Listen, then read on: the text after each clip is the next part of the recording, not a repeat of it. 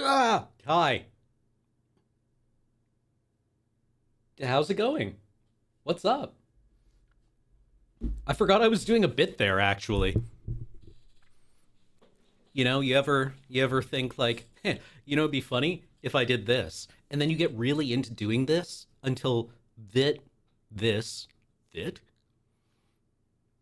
this becomes actually what you are doing. It's no longer a bit. It is now just your ethos. That's how self-improvement works, but also self-destruction. Hello and welcome to Talking Simulator. I'm Cameron. And this week we're playing, well, I'm playing an interesting little game called Shadows of Doubt, which is kind of like an open world 1980s noir detective game. I also had a bagel, and now I have sesame seeds absolutely everywhere. Just everywhere.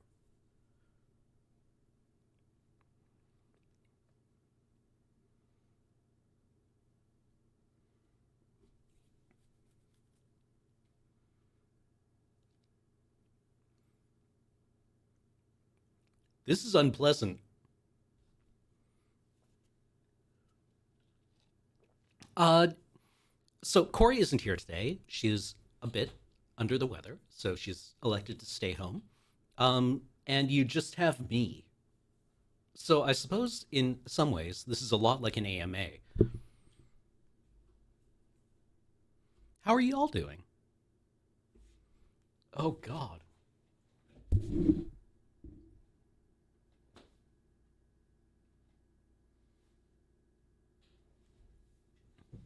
Okay, better, better. I just had to like pick my teeth in private for a moment, pseudo private. What is happening to me? I'm currently Leland Orser maxing in Alien Resurrection. I am absolutely what's inside of me pilled. Have you anyone seen Alien Resurrection? Perhaps are familiar with the acting oeuvre of Hollywood superstar Leland Orser. Leland Orser is a guy from mainly 90s movies who is usually screaming things like, "What's inside of me? Get this thing off of me." Um, you know, he's got one of those faces.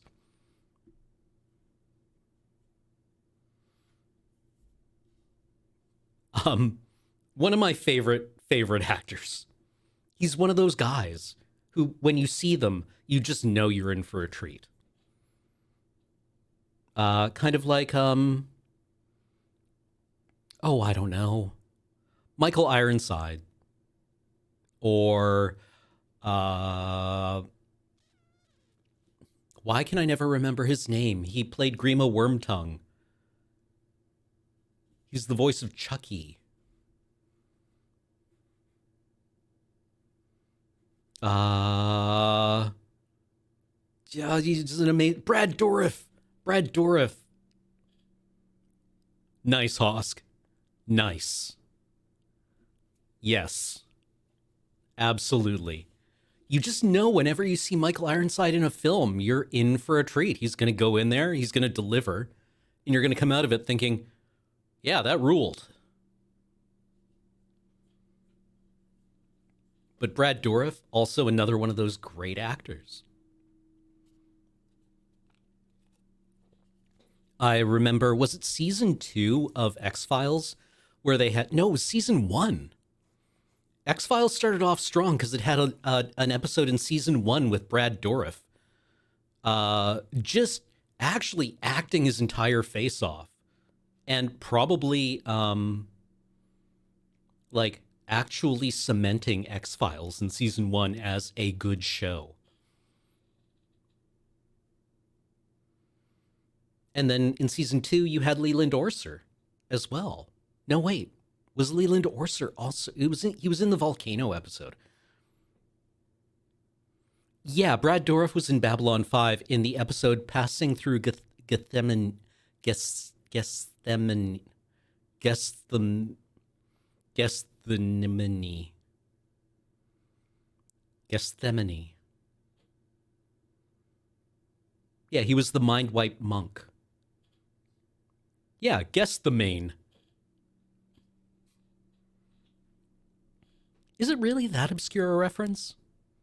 I thought it was kind of like central to a couple of the Gospels.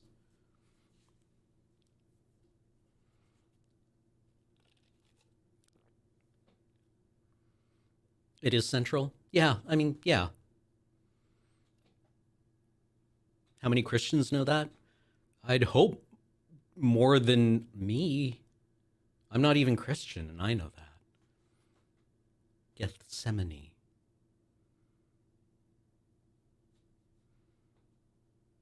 Yeah, it's that place from the film The Passion of the Christ.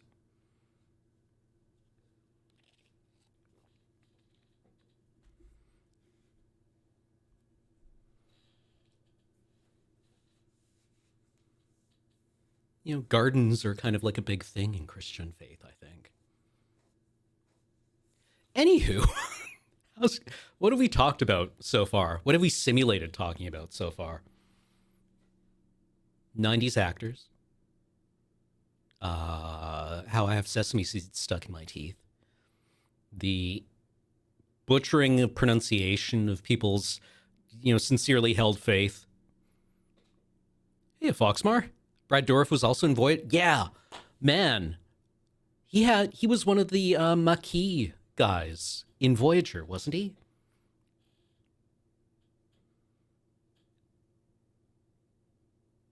I forget whose character was in Voyager. I just remember him wearing the mustard yellow engineering outfit.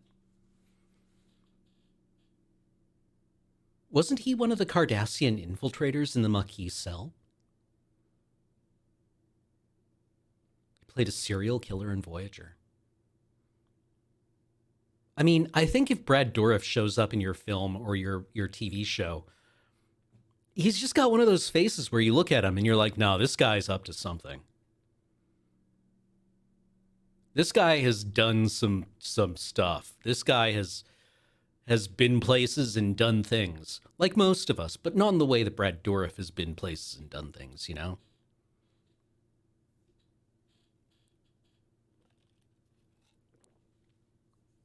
So, what else? A list of actors whose careers were saved by horror movies. Was his first role One Flew Over the Cuckoo Nest? Because he was in One Flew Over the Cuckoo Nest, right?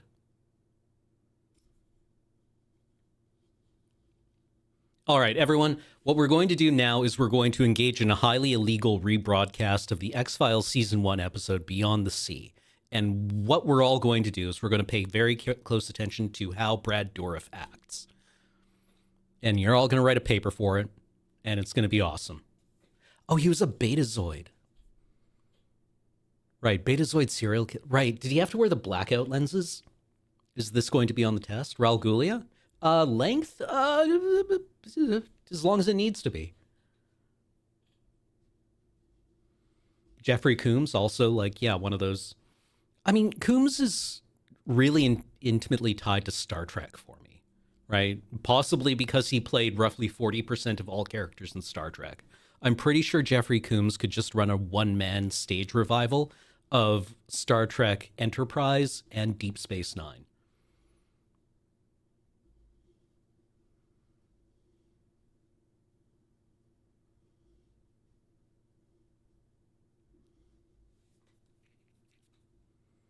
He was Jack the Ripper in Babylon 5. Right.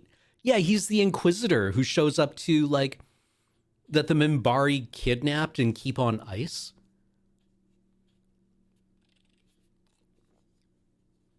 Herbert West, the Reanimator. Yeah. Man, I'm glad that the audience of this show also has a list of their favorite that guys.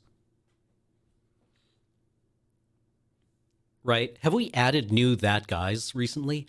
I want to say, what's his name, who was in Pacific Rim and he was in Game of Thrones.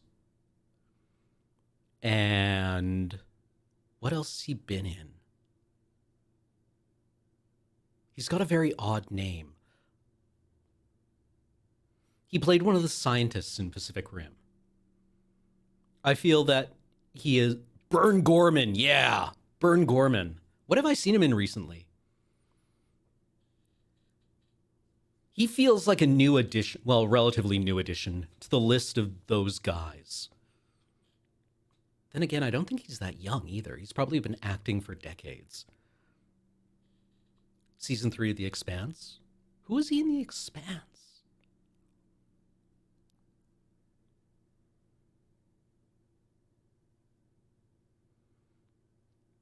Zoe Deschanel? Yeah. She's kind of more like an A-list. Well, not an A-list actor, but, she's a reasonably, like, she's a leading actor.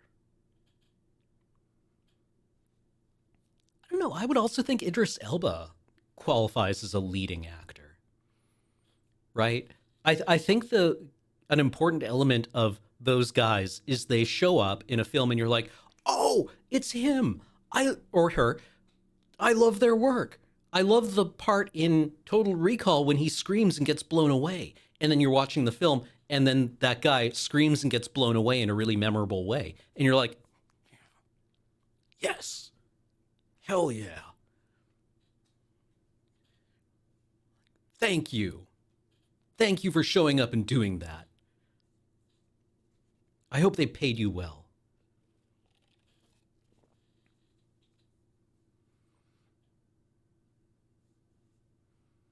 And they've got like really distinctive faces.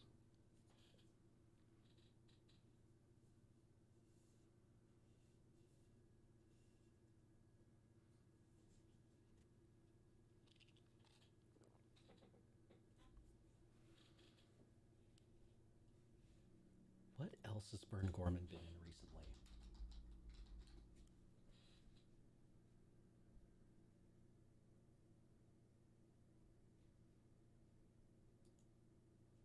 God. Wow. Okay, yeah, no, he's actually older than I am. Good for him. He looks young.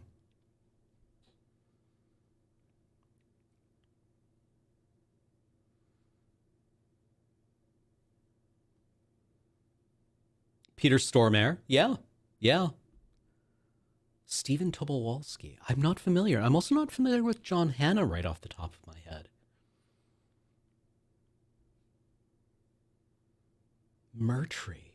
Who was Murtry in The Expanse? Oh, he was the mercenary officer, wasn't he? Crispin Glover? Yeah. Yeah. Crispin Glover. Yeah.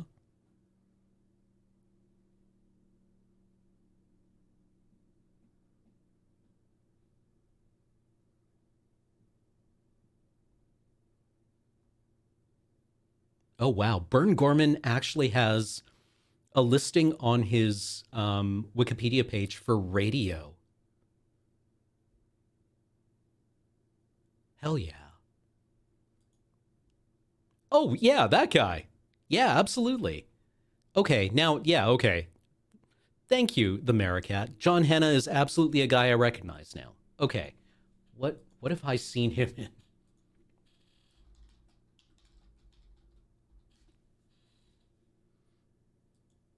Yeah, yeah. Has this guy been in the X-Files as well?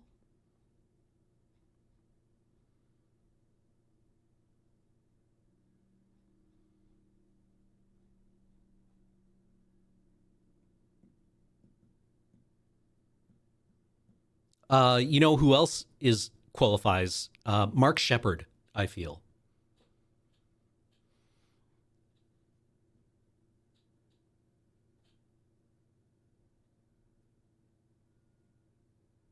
You got to get a Mark Shepard in your film.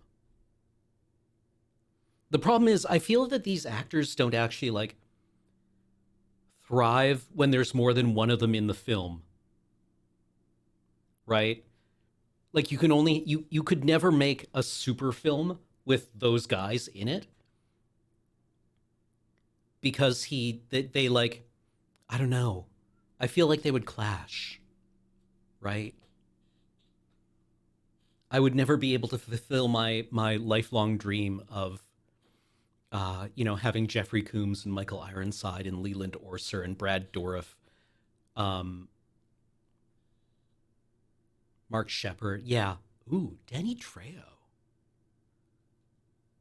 Danny Trejo now has a celebrity around him, but I feel he could have Carrie Elwes. Yeah. Bryan Cranston. I feel like Bryan Cranston could have also become one of those guys, if not for Breaking Bad. He would have been your fan casting for Aragorn. Yeah, I could see it.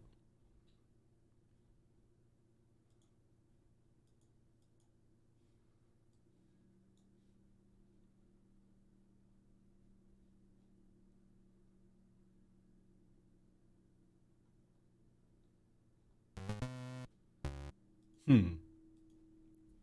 Okay.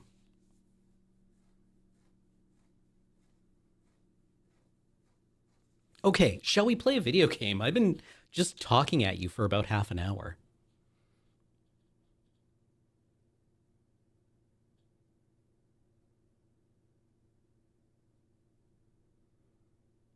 I mean, okay. Gillian Anderson in The X Files. Hear me out. Seeing, yeah, photo of Gillian Anderson in The X Files. Hear me out. No.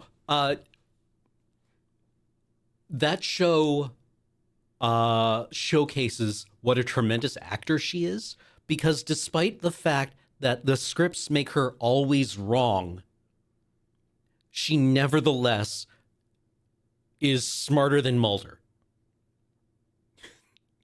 You watch The X Files, and there is no doubt who the brain in the operation is.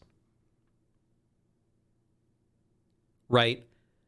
Despite the fact that Scully is wrong about 99% of the time, she just has, such a presence and a command of being intelligent that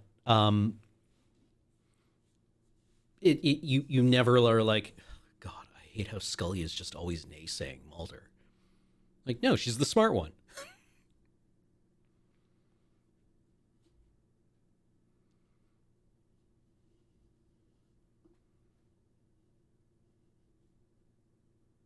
Also, X Files is kind of interesting in that the male lead is the intuitive one and the female lead is the intellectually rigorous one, right? I feel like in the 90s, the cultural hegemony of male rationality would want those roles reversed.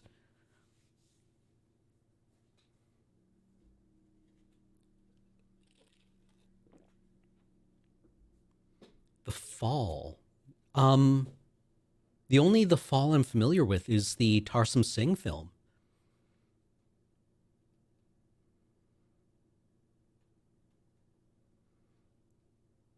Which is amazing. If you haven't seen the Tarsum Singh Fall movie film, The Fall, uh, to Emily, let's not get too nuts here.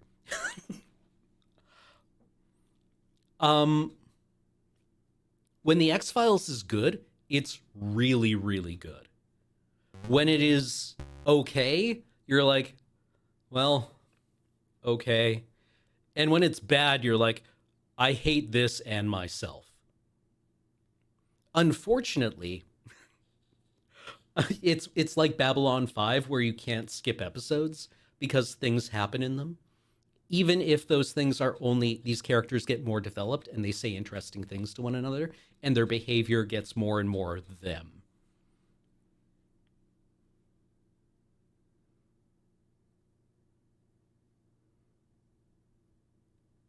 Yeah, Mulder should never have been right. Under no circumstances should Mulder have ever been right. And like the fact that Scully is just like, I hate how you're I hate this.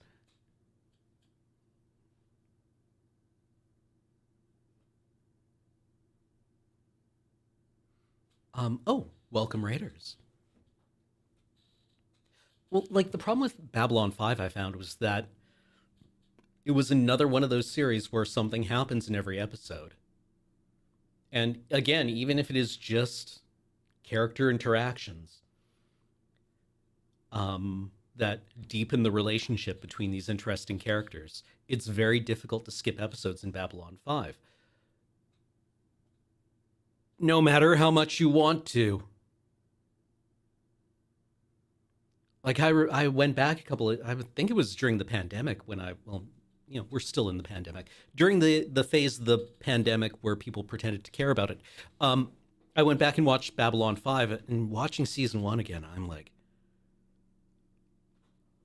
something happened. You JMS, you write television for a living. Have you forgotten that things are supposed to happen during episodes of television?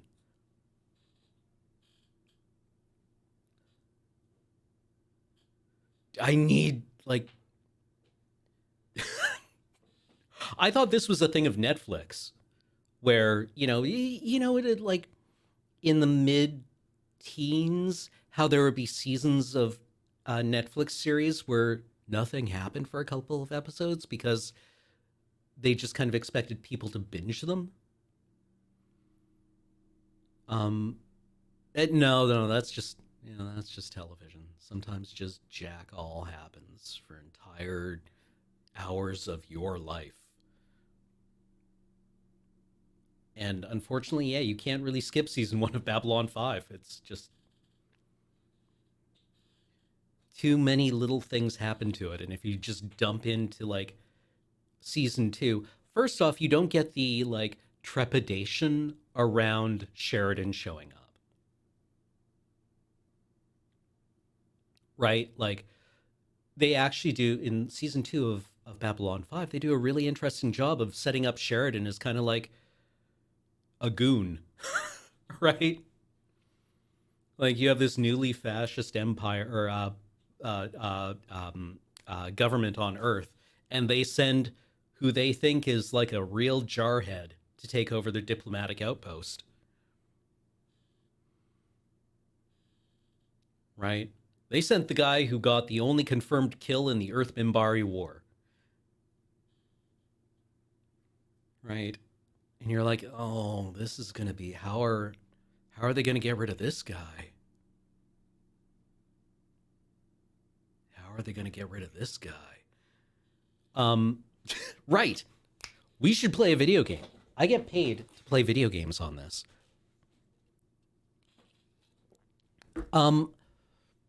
This game seems extremely ambitious. It is an open world, noir-esque mystery solving game.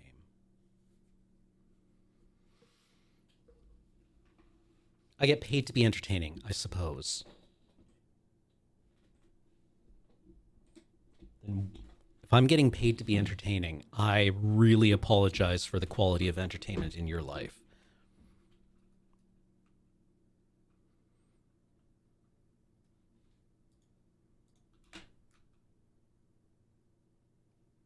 Where's sound?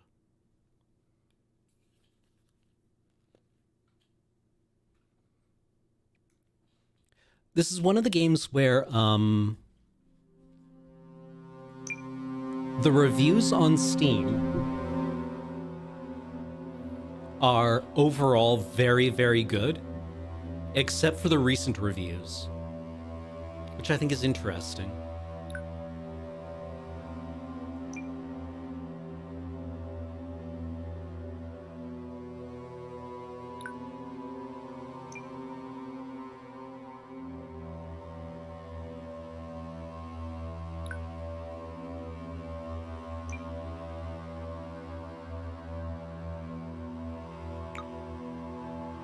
Bummer. Huh.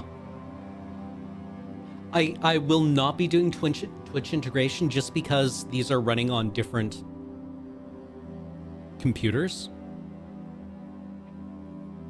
I don't know if you remember this, But when we were playing Okioki Literature Club, we did not get the interaction with Monica where she's like, and you're streaming this without even telling me. Don't you think it's kind of rude to stream this without telling me? Because it does not, we are doing like video capture from the gaming computer to the streaming computer.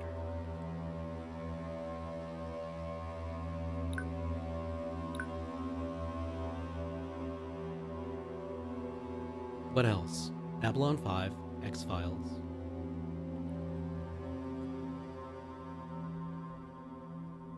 Yeah, Monica thinks of everything.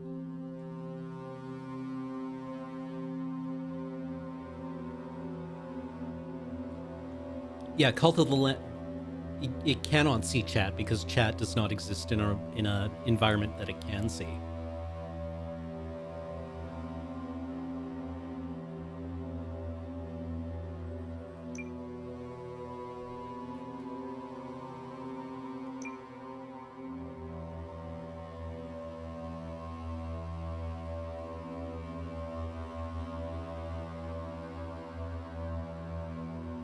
I mean, I feel that well, okay, we should play the tutorial, for one thing.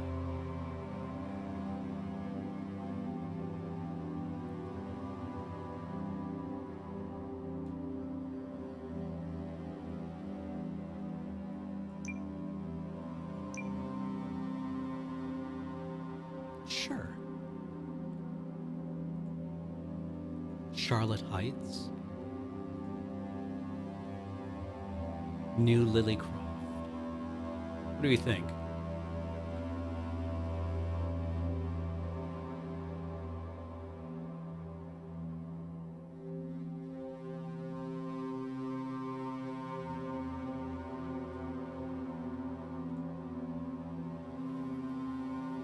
The Casablanca Quarter is very noir coded. Charlotte Heights, what? Well, I mean, Casablanca Quarter is like not noir. Casablanca isn't really noir, is it? It's a B film that accidentally wound up with an A-list cast. I think this one sounds interesting. Maximilian Duncan. Sure.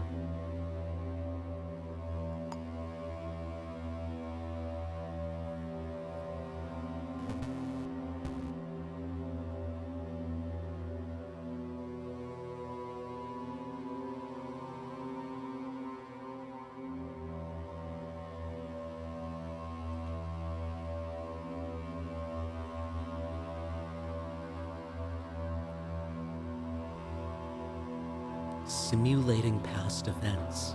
That's what my brain does too. Wow. Are you feeling this? Yeah, noir is not noir et blanc. Exactly, Julia Mon. Yes, I would love to know how to play.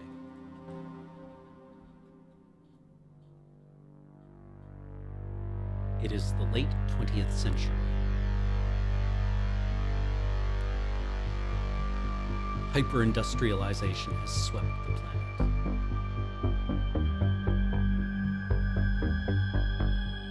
The old Bourbon Empire has crumbled, giving way to the United Atlantic States and the first elected megacorporation president in history, Starch Cola.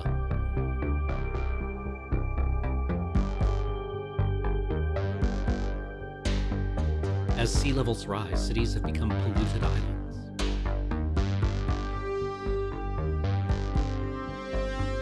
Workers dream of escaping to the fields, an exclusive retirement district few will ever see.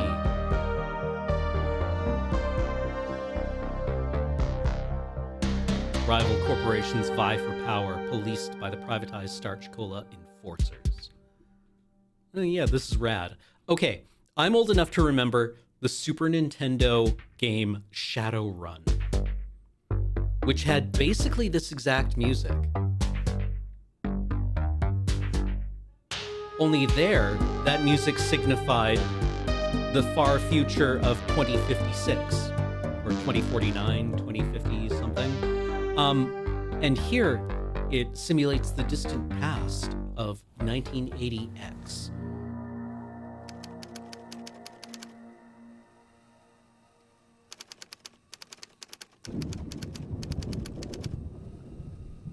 Tuesday, January 3rd, your apartment. Awake again.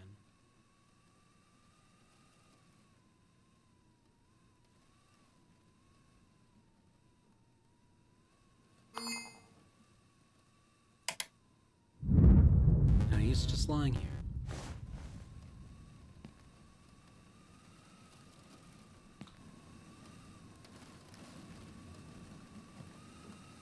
Can I make the bed?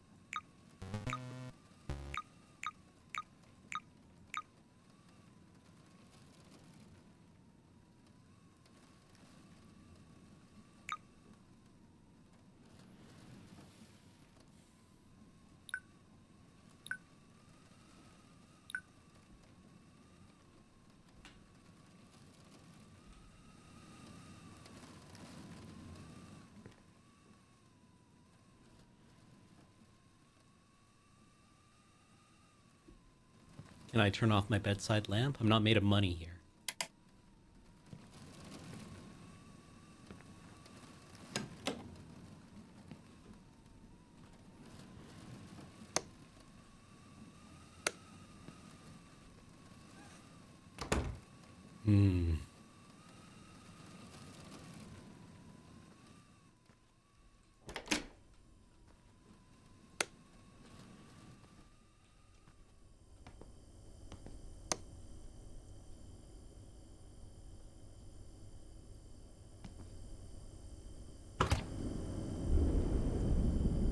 Depressing.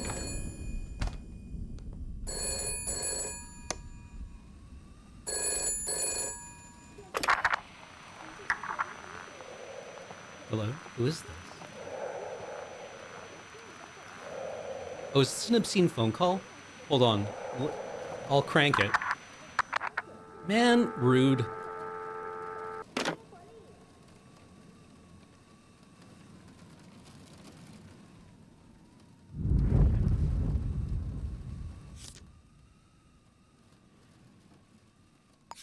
Can always use duct tape.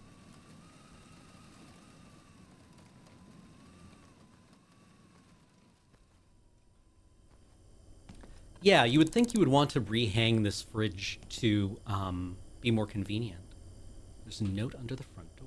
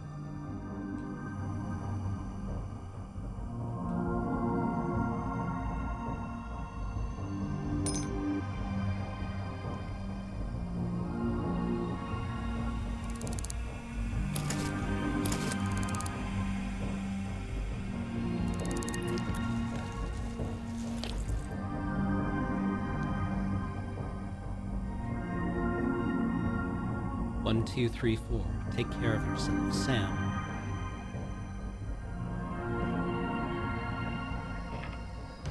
Just gonna eat cold beans, I guess.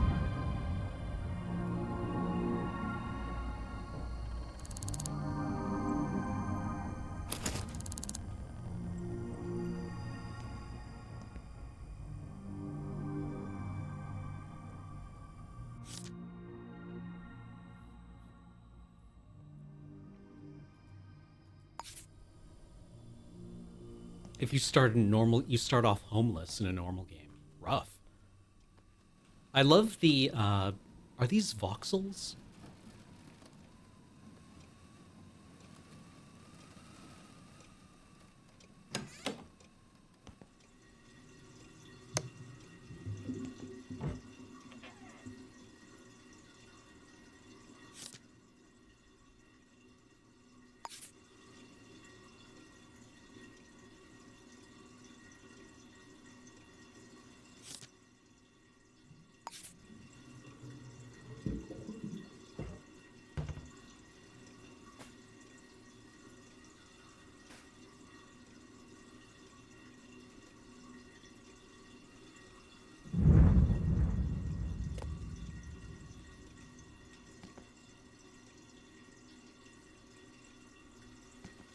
Can I bathe?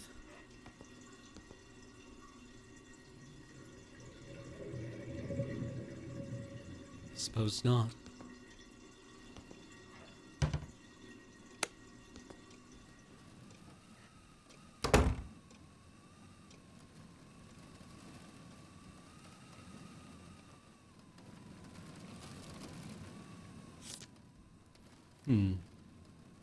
Okay, Camden Curry.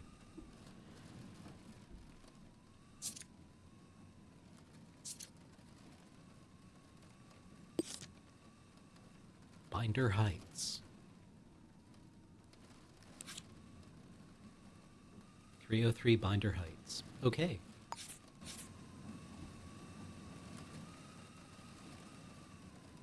Former Police Officers Welfare Association.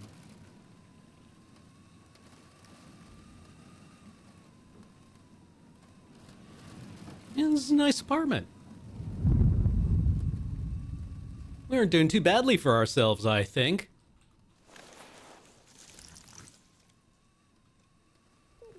Got a fireplace.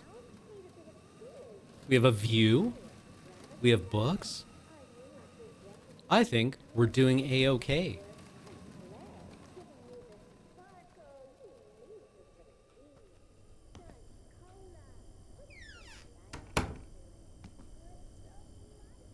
Kitchen's a little dire.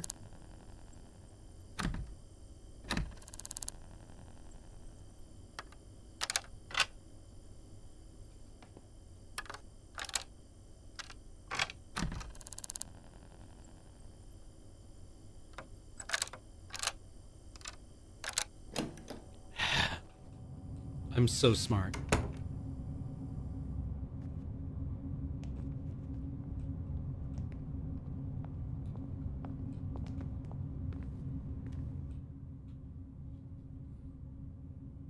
Oh. Oh my god. Please.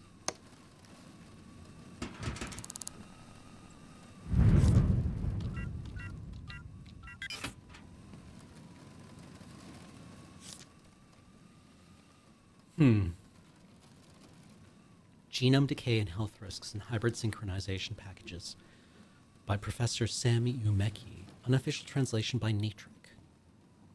Abstract. Applications for genetic sequencing have come a long way from the first tentative genome assembly attempts of Ackerman and Diouf back in the early 1970s. With the rise in popularity of privatized and unregulated gene therapy and DNA alteration programs, such as Elliott Genetics sequence rejuvenation treatment, have come new challenges.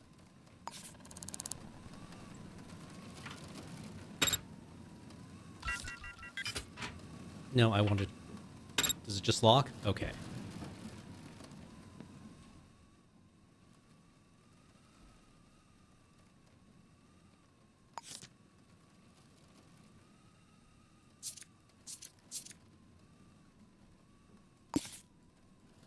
How do I pin it to my board?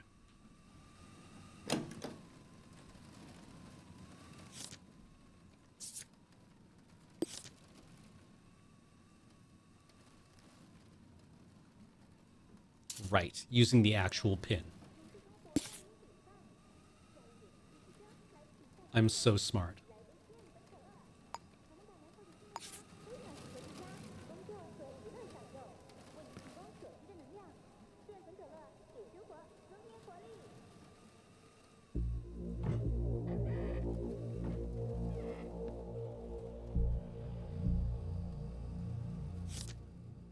Mm-hmm.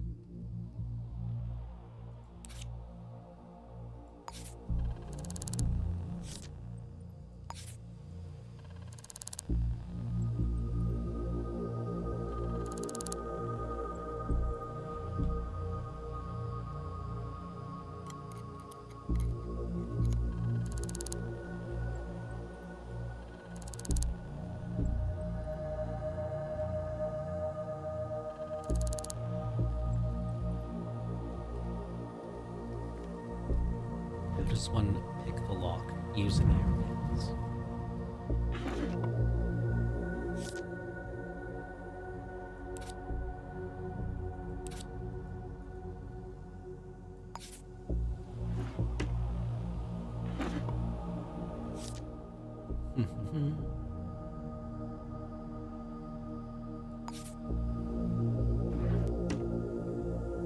You tried and didn't have enough? Oh, okay. Money can be exchanged for goods and services.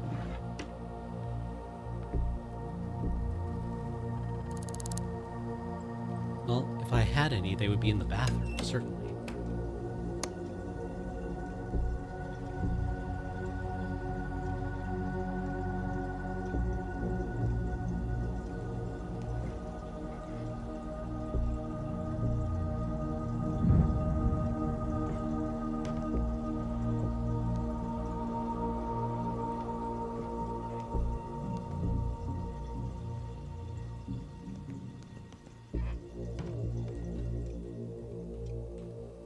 Wait, not made out of money.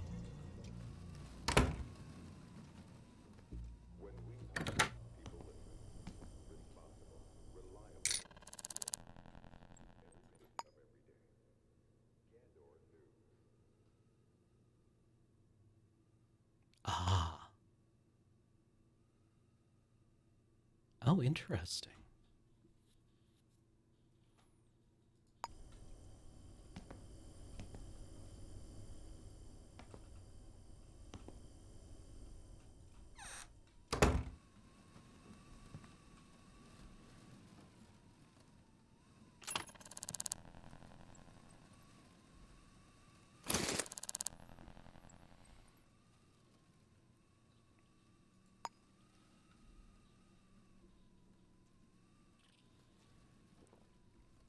Okay, I'm enjoying this. This is really interesting, and the premise of it being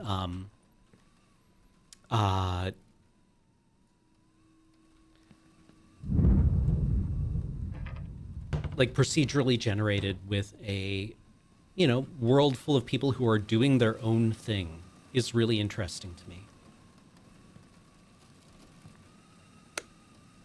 We got our detective stuff.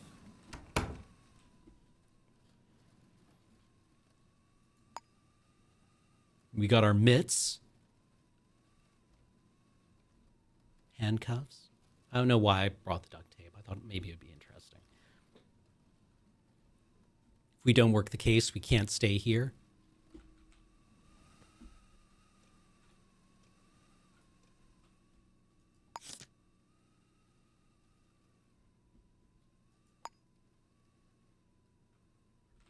Oh, it'll give us waypoints?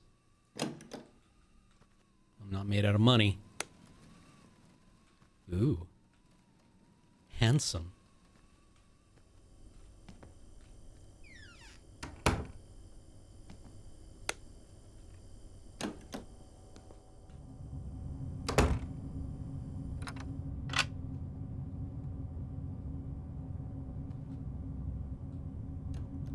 Cool building.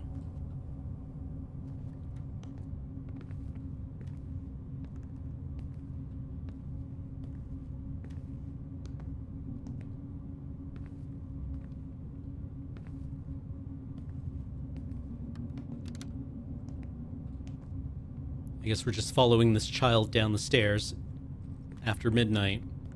Don't mind me.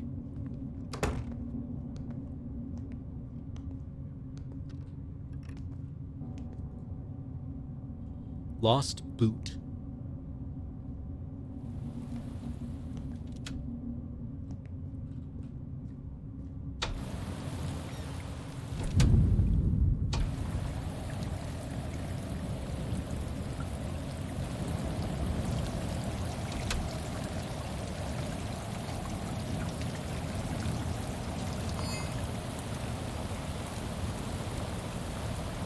It's slippery.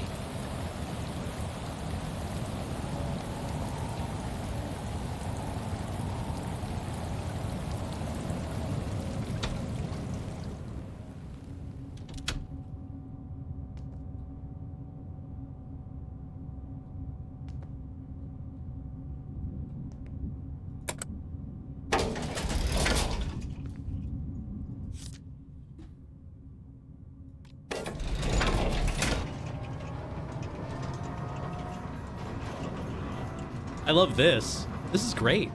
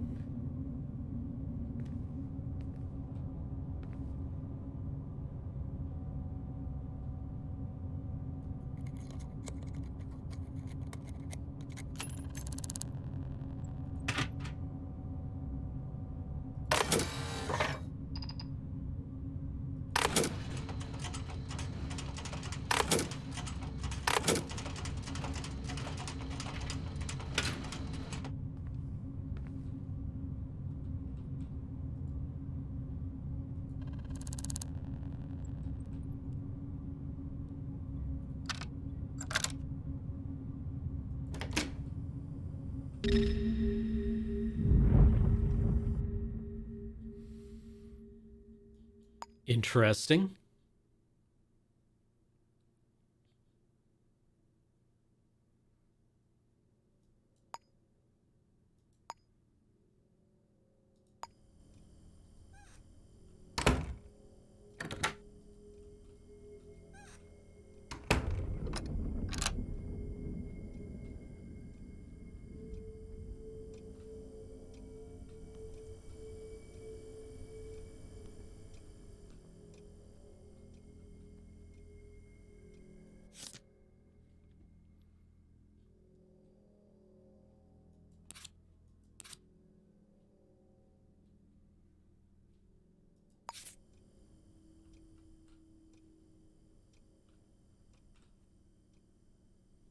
Uh,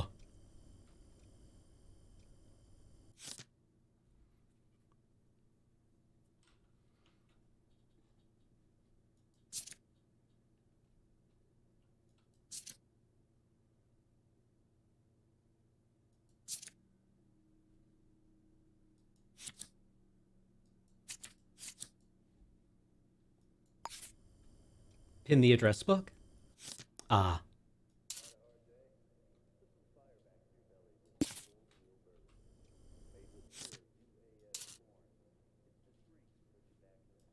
Don't know who this is yet.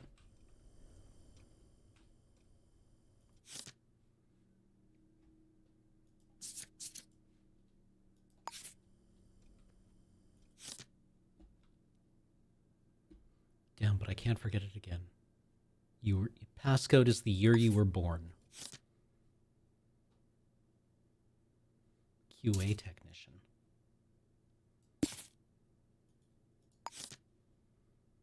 Jam and Associates.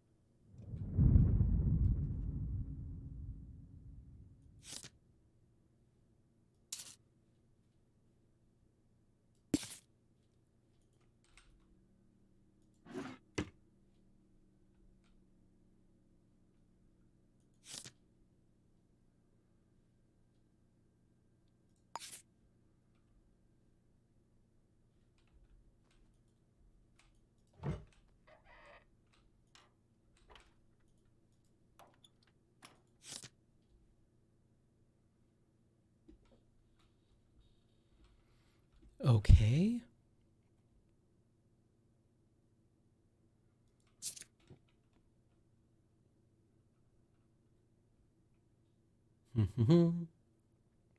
Okay, so it's an NDA. Have I examined the body for cause of death yet? No. Enhanced interrogation procedures. Private custodial detention of an unspecified duration. Pecuniary sanctions, including seizure and any and all private property and holdings of next of kin. Anything we feel like doing, actually.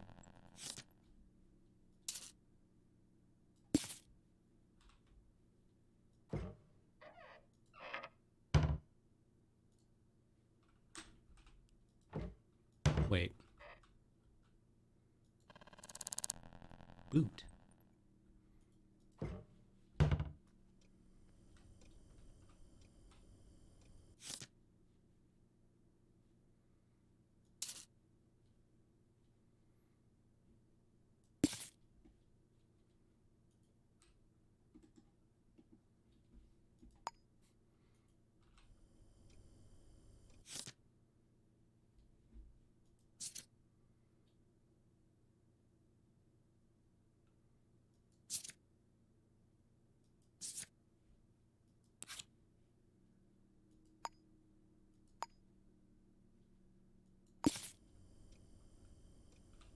Oh, search and analyze. He was shot.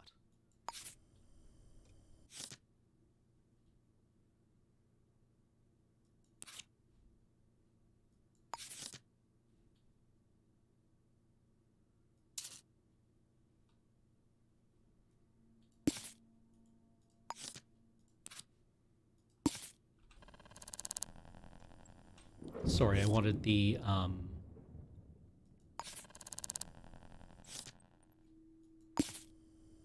Didn't you have a napkin?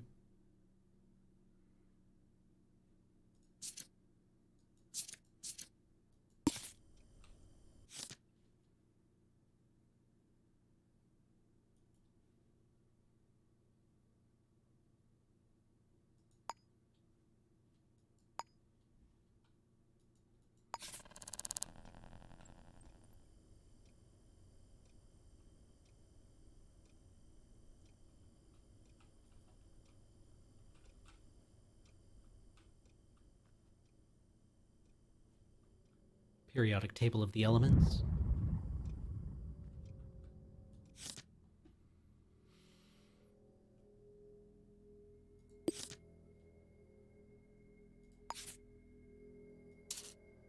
Knock, then give the password punk.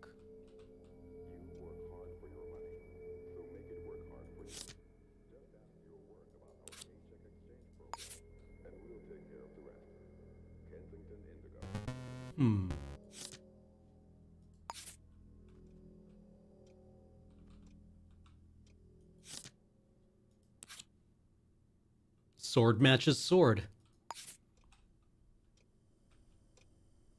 Electric Love, Portia Truelove, the notorious novel banned for over 20 years.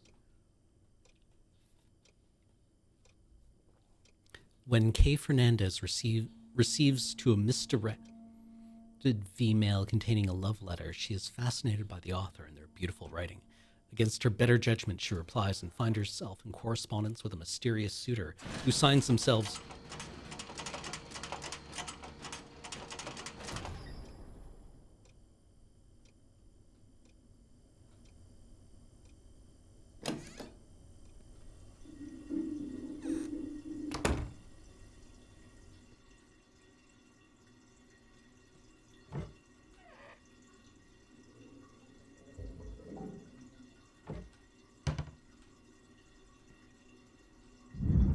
Sports fan.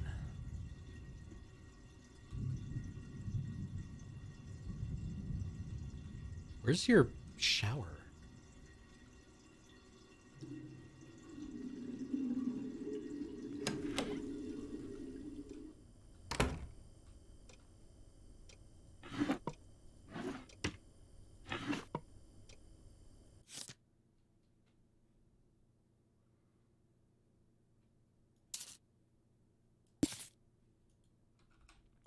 Okay.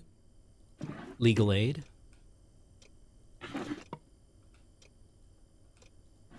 Place is filthy.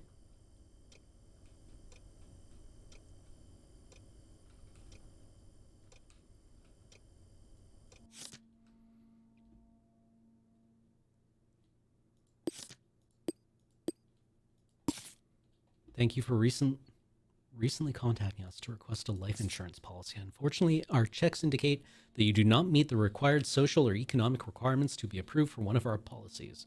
Why not check out our range of alternatives for ex-offenders and those less fortunate, such as our salary requisition scheme? Wishing you luck, customer representative number 47. Have you considered giving us all your money?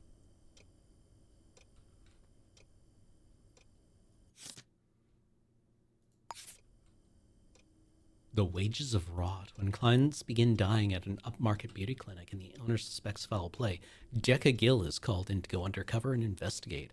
Soon she discovers that truth, as well as beauty, is only skin deep.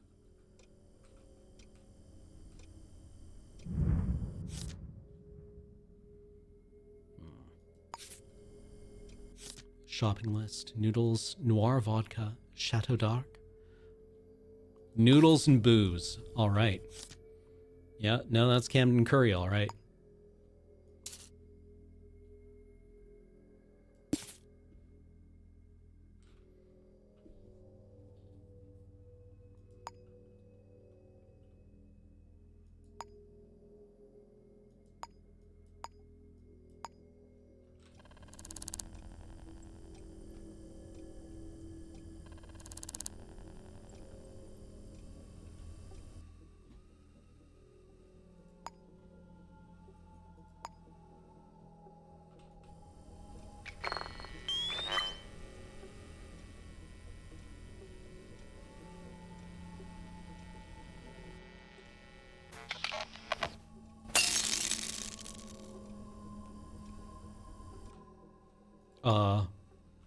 I didn't mean to do that.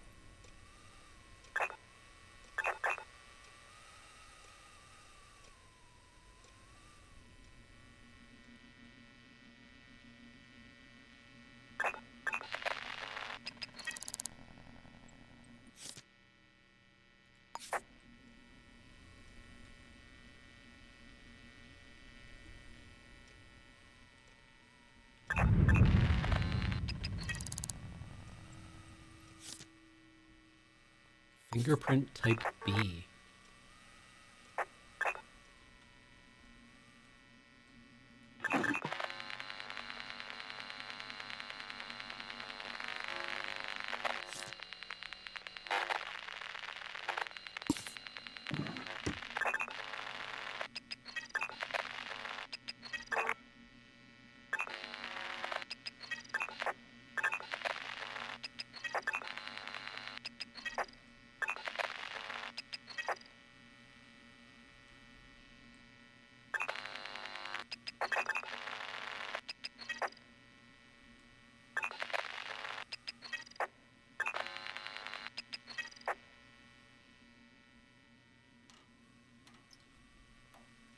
541000. Okay.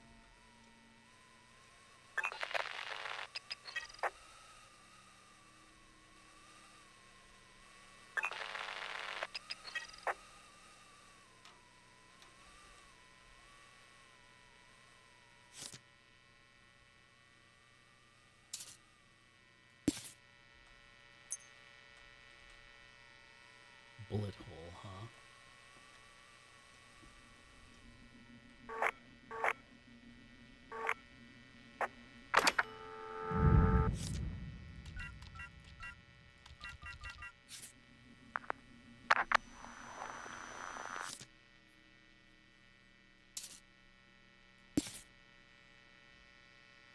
Hmm.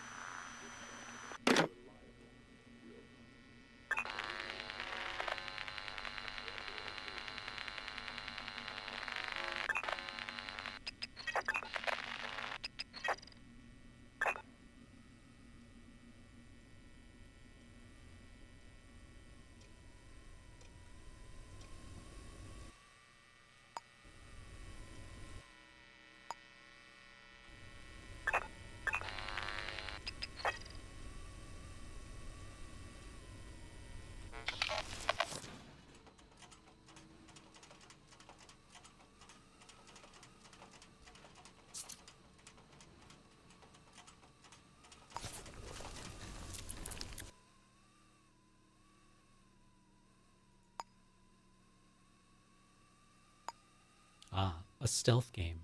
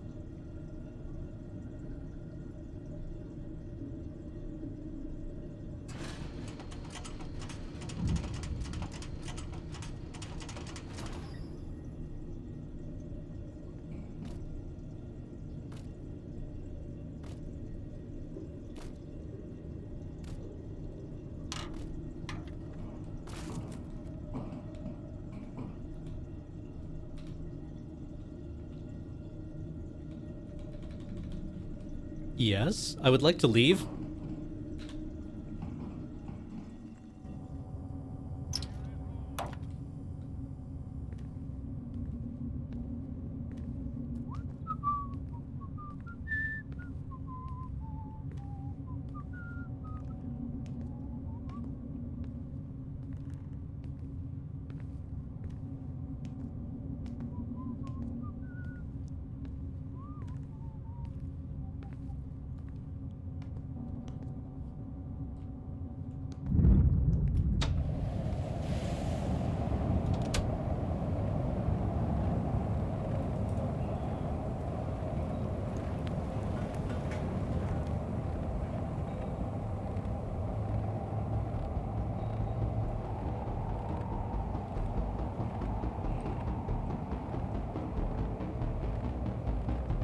Ooh, is it snowing? Actually, I should take a break. I should take a break. All right, we're gonna be gone for about 5 minutes. Break for me. Might be a good time for a break for you. And I will catch you when we get back. All right? All right. This is fun.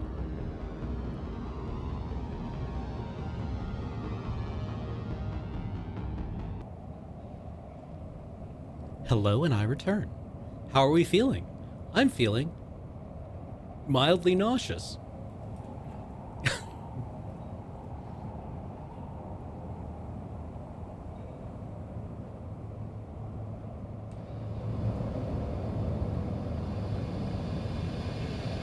Two with noodles.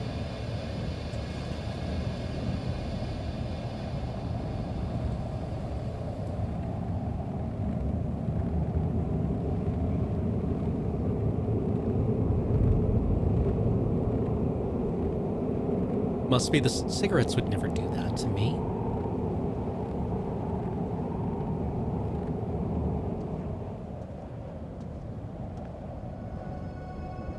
What if we simply took a moment of peace?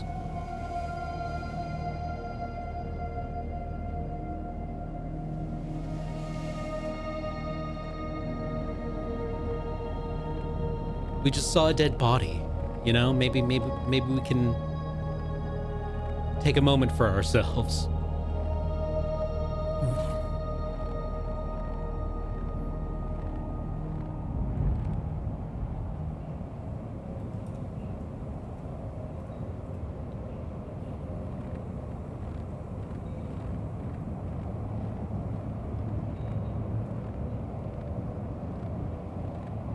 Yeah, Random Citizen is correct. Scarves are great.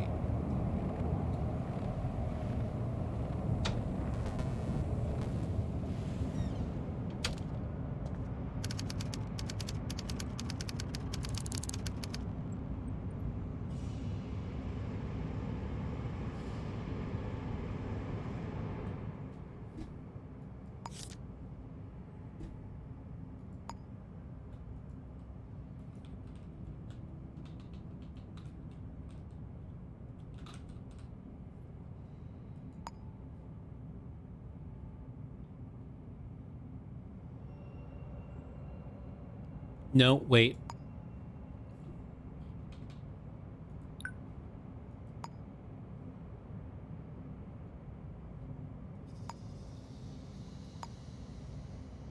Camden is the victim. Dang it. Well, we've already ruined it.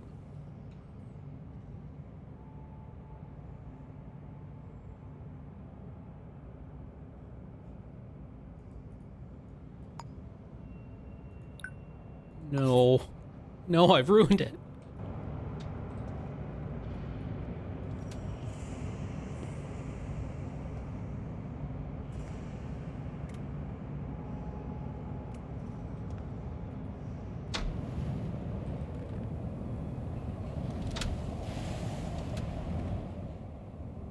Okay.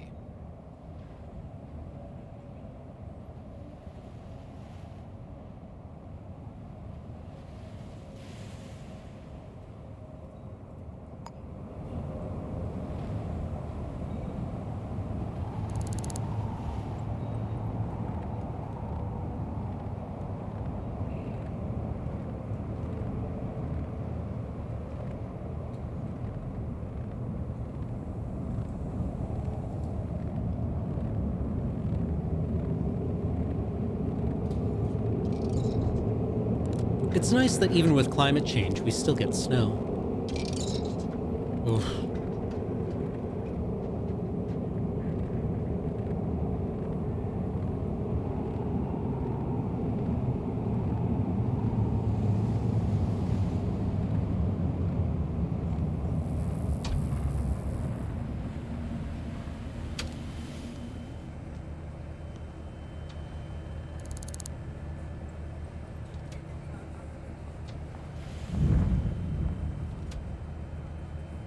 How do I...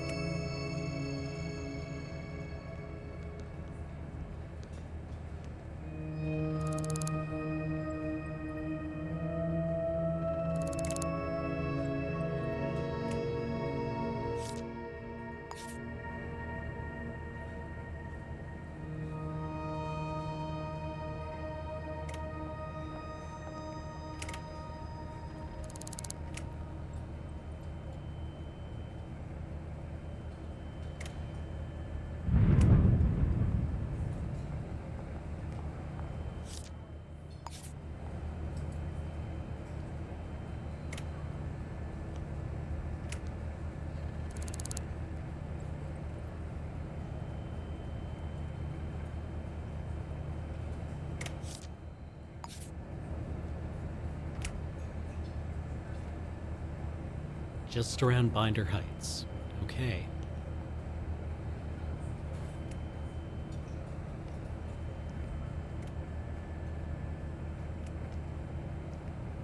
Like, I love this environment.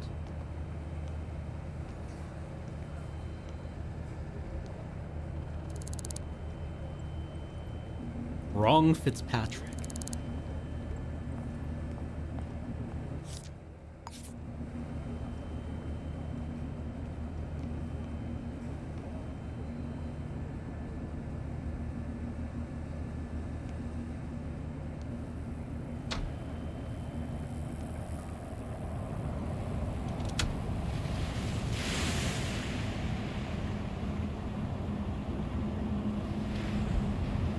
Hell yeah.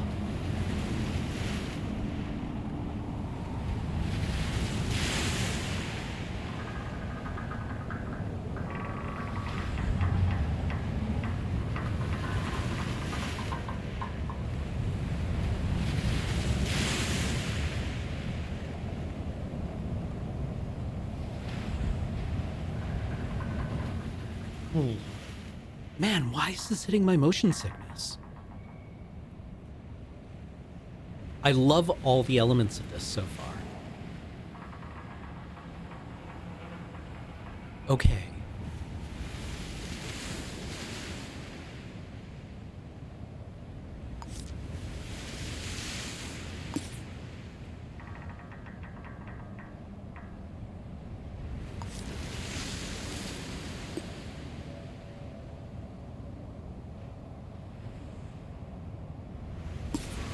Yeah, like Rent Hard. I've tried a lot of different things. Some of it works, some of it doesn't. Sometimes, and also it's difficult to like establish how badly something.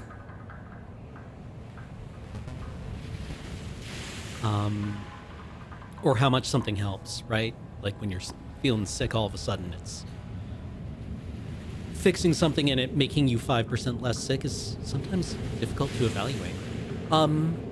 But I really enjoy this. This is interesting. I could see spending a lot of time doing this. I love the environments. I love the vibe. I love the graphics. Ugh.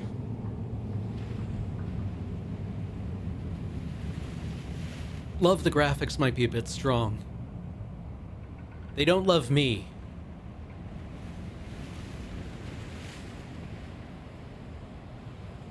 Ooh, yeah.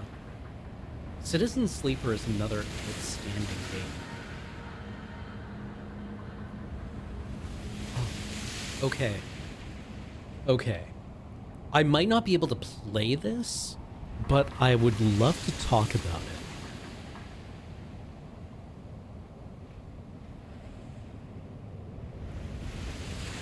Yeah, I'm very excited for Citizen Sleeper 2. What do I want to say about this game? Okay, so we are a former police officer who is now just out investigating crimes. Which is the thing that we're allowed to do. You know, City Hall just lets you submit a form that says, like, this person committed a crime. I've arrested them.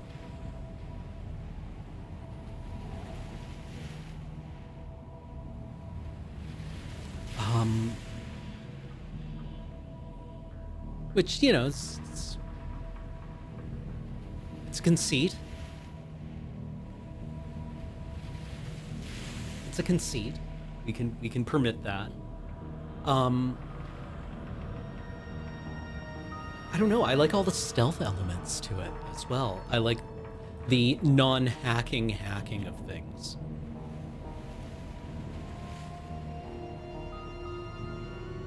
I like the vibe. The 80s Cold War, hyper-capitalist, hyper-industrialized dystopia is interesting. I can't get away from how this music, in this time period, meant the future. But now this music, in our time period, means the past. Right? In the 1980s, this music would have been like in the distant future of the year 2024.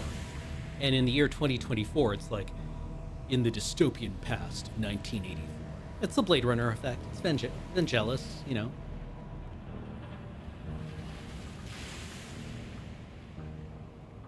Needs a little more depth once you know how the cases go and what you really need to check for. Okay. Yeah, I could see these forms getting very easy to fill in.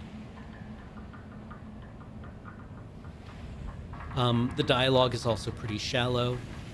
That's not necessarily surprising, considering, like, how much of it you would need to write. And, yeah, I could see the simplicity of the cases getting a little stale, a little fast. But that's probably an extreme, like, step one, it all works and makes sense and is satisfying. Is probably, like, you know, difficulty up here. Next step of difficulty, making each case unique and different and feel different, is like an order of magnitude more work. I don't know that, but I suspect it.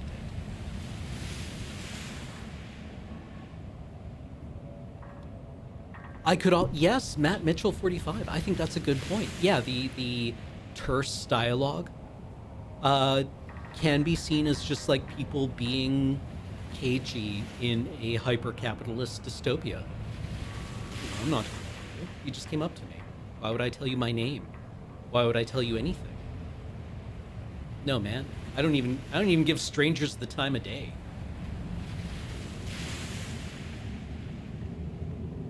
The other weird thing is that people in upper floors can't get down the stairs fast enough to get to work on time.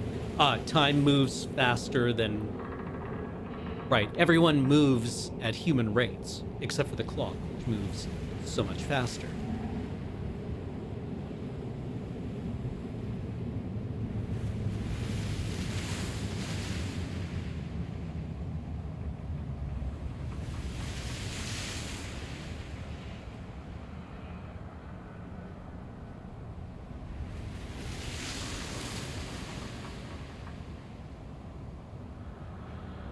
Elevator is always taken. We've been to FurryCon. Oh, yeah, I hadn't even thought of that. How is visibility in a fursuit? Do people in fursuits, like, just go ass over tea kettle on the stairs?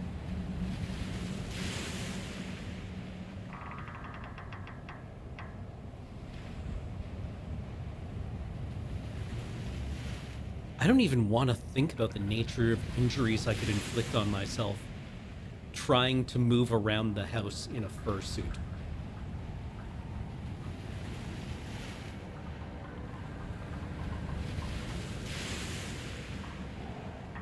I'm not sure I'd need handlers. I would need a tugboat. And, like, a harbor pilot.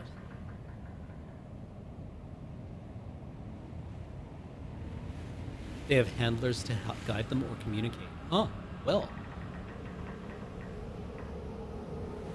That is an element of furry culture I was unfamiliar with.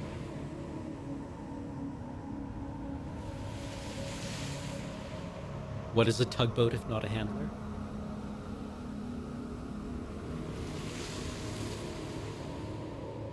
There was a woman with gigantic, beautiful wings at a Gen Con that absolutely had a friend helping. I too would wish to help a woman with gigantic, beautiful wings. I would feel compelled to do so.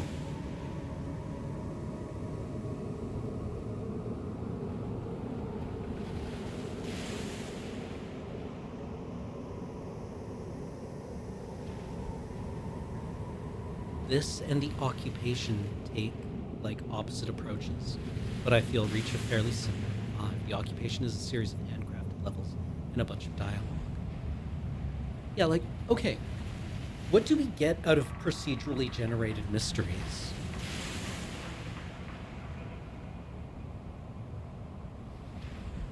Like, why procedurally generated instead of, like, written ones? Is it less work? It can't be less work than, like, coming up with a system to make these. I guess it does give infinite replayability, right? Yeah, if there's unbounded content.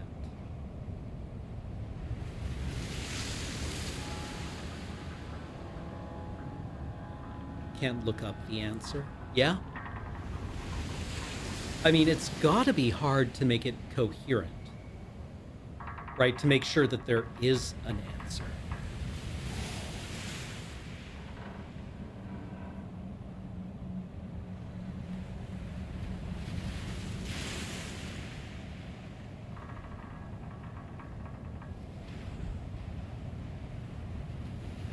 But procedurally like, I realize people have been citing other games in kind of this genre, but like, maybe put this up against Caves of God, right? Where there's just kind of like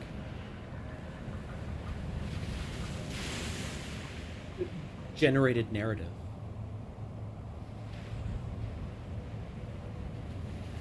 Everyone has a motive which drives its own narrative. Okay.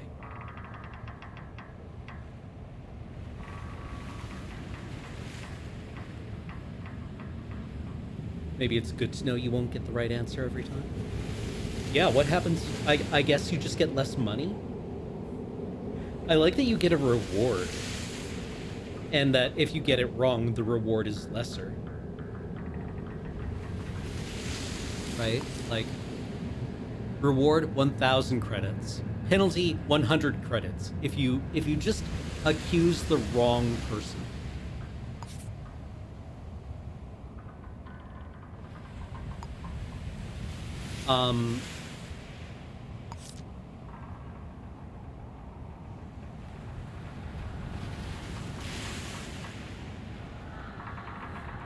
That's I enjoy that.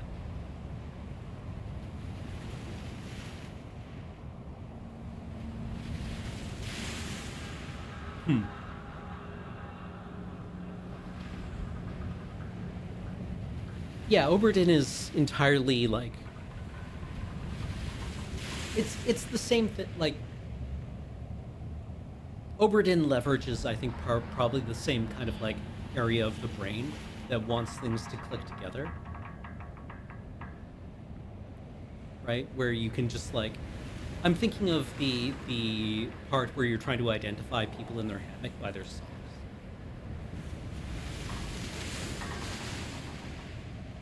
And also difficult to talk about Oberdin because it's perfect.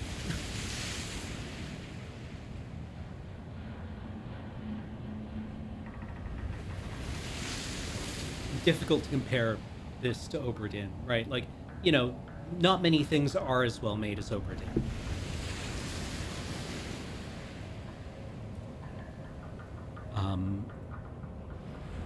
And if this is a little rough around the edges, that's probably understandable. I'm impressed that it works at all.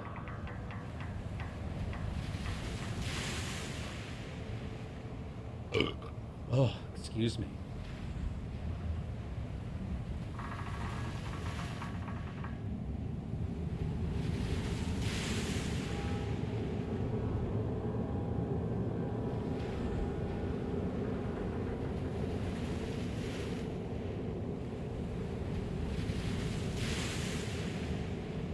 Go out of the tutorial, play a murder, and feel like, yeah, that was pretty much as good. I don't know. I would need to try the procedurally generated ones and see how they feel.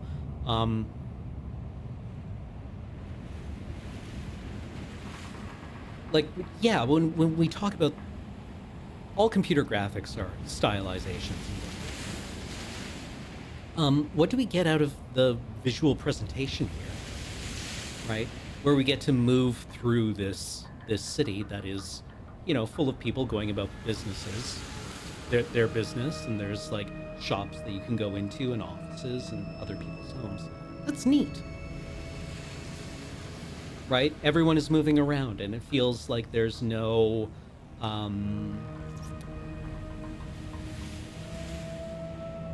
it's full of red herrings. The voxel block is modern, but has a distinctly 80s CGI feel. Yeah? Yeah, this could feel, I don't know, like, why do I keep coming back thinking of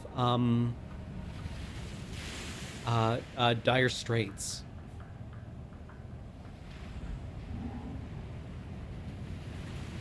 Voxels feel kind of harsh on him. Especially with this shading, the signs feel unnatural and the people rejecting me feel sane.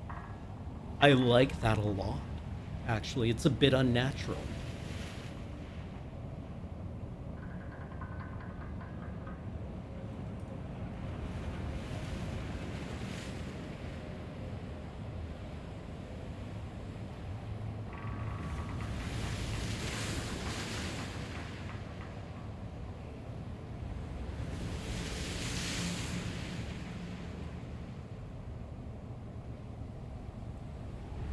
Oh.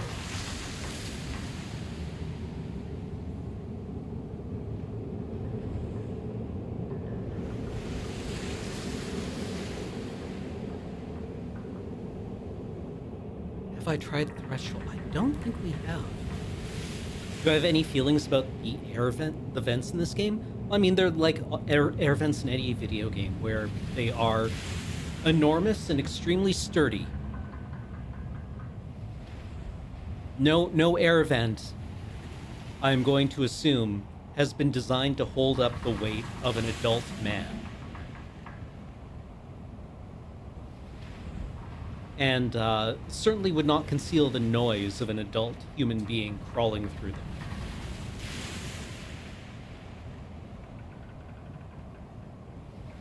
Right? Like, they're very small. Maybe if you were a caver, you would feel comfortable crawling through an air vent.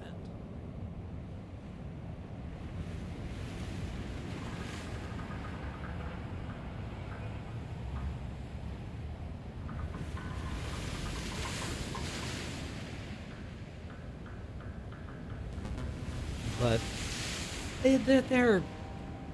they're a convention.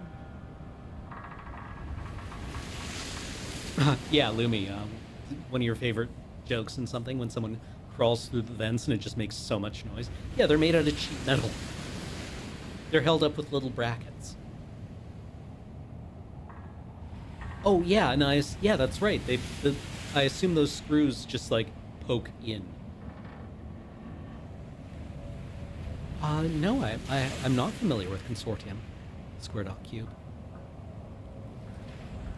But yeah, it's a storytelling contrivance. It's fine.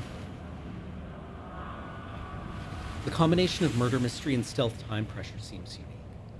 Yeah, like, I don't know who actually was knocking at the door. I missed that. I did not read that dialogue. I just knew it was someone to hide from.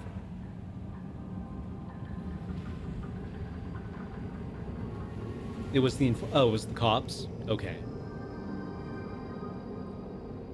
They would have shot me. Well, that's kind of rude of them. Don't they know that I am not an NPC? Unbelievable.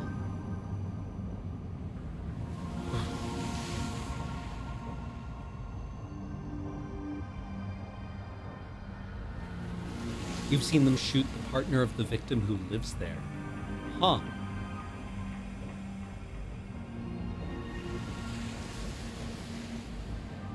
Yeah. ACAB. Or AYAB.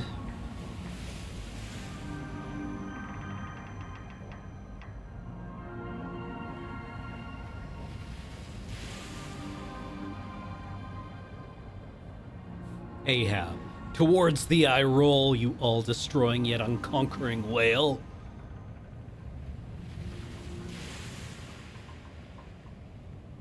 From hell's heart I spit at thee. Man, you ever just want to go and read Moby Dick again? What a great book. Ayat? Yeah, no, also, that as well.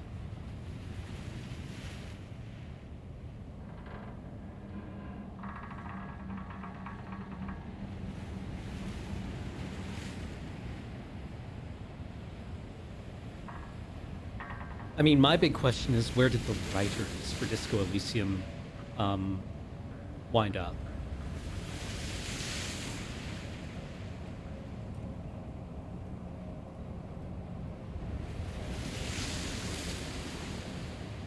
Who was for Disco Elysium? Who was in charge of getting British sea power on board?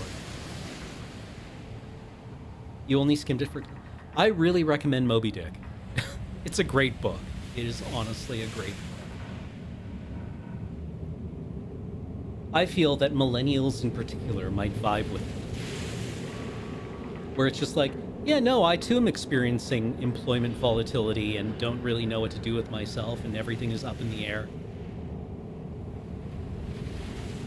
Oh, excuse me. It also helps if you are of a proclivity to just or if you find it charming when somebody has only just learned something and then wants to explain it all to you.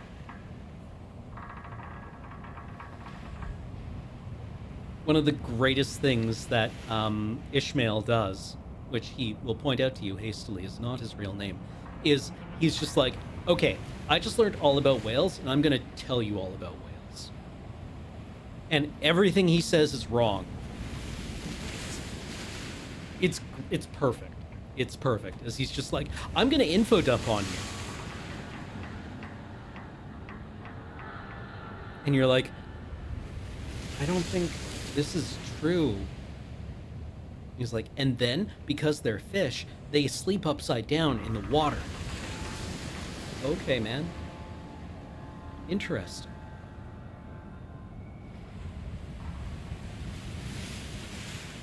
And then he tells you all about the knots, and then, like, the ocean currents, and everything.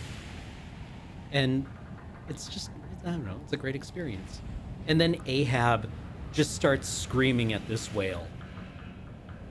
As he's just like, I have things to say!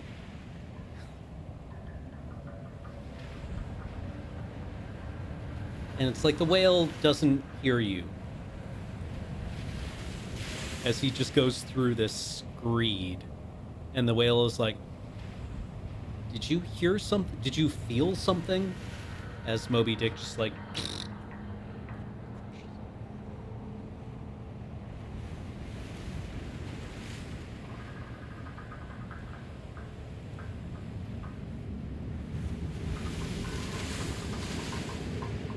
So what have we talked about this stream? Michael Ironside, X-Files, actors who are that guy, Moby Dick.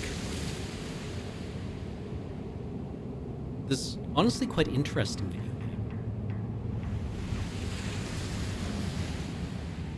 I like how they just give you 30 lockpicks. Babylon 5? Yep, Babylon 5.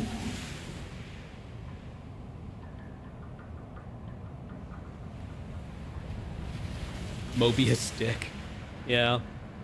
Yeah, Moby Dick is kind of about, like, yeah, escalating violence, revenge, swearing vengeance on something that has no idea you exist and has no context for your existence.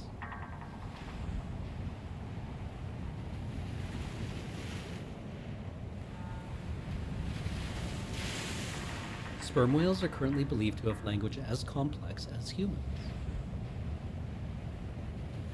Well, is anyone else just suddenly overwhelmed with grief?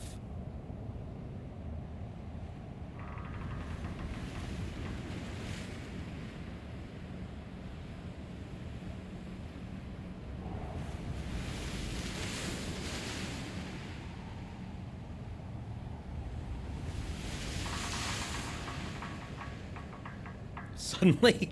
Yeah, suddenly, asterisk. Suddenly reminded that you're overwhelmed with grief.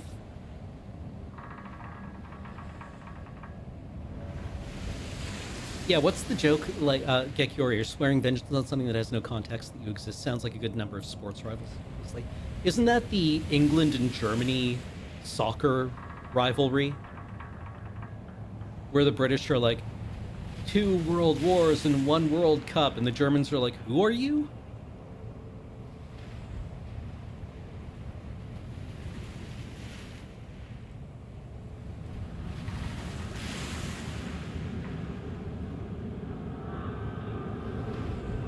Do you think we're on the same level? That's embarrassing.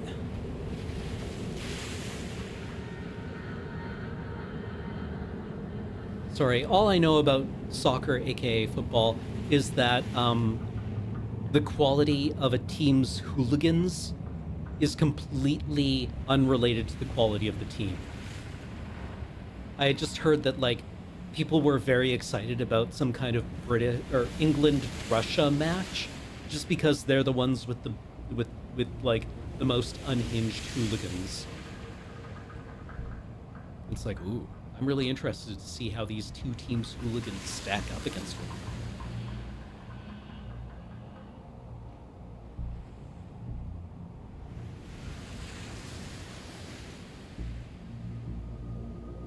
Like, it's not often these two sets of hooligans get to interact because these teams are quite not ever playing each other.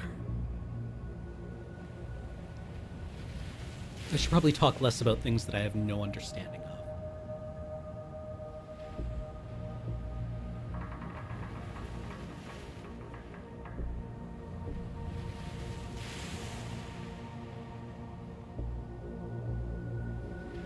I let that stop. I mean, I am on the internet.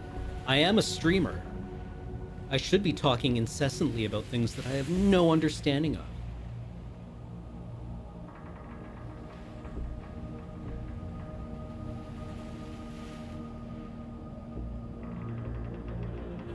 England sadly sees pretty much whoever's in front of them as their biggest rival, so they don't have any object permanence.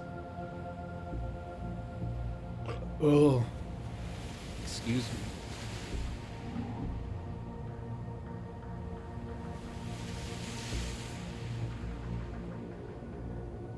Yeah, I don't know why I made Silas a League of Legends player. One, Silas hasn't played League of Legends since, like, undergrad. So let's say it's been, like, 8 years. And then I don't know League of Legends.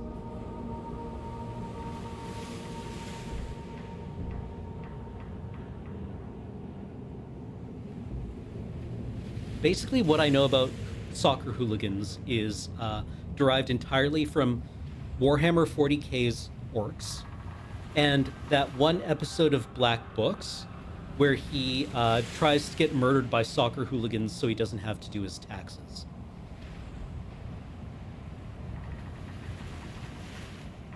And he just rocks up to those guys in the middle of the street and is like, "Which one of you bitches wants to dance?"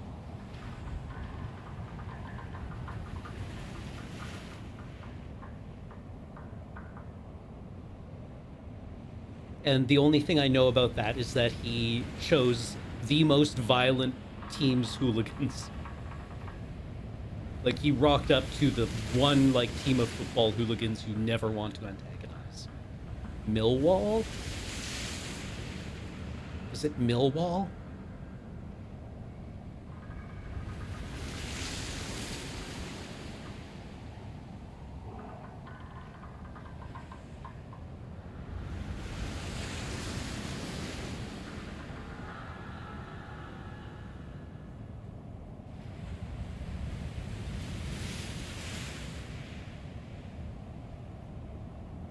Like, did he just... Is that the equivalent of, like, rocking up to someone and telling them that the Red Wings suck?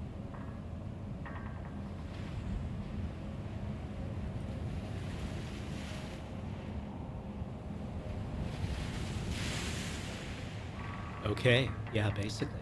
Well...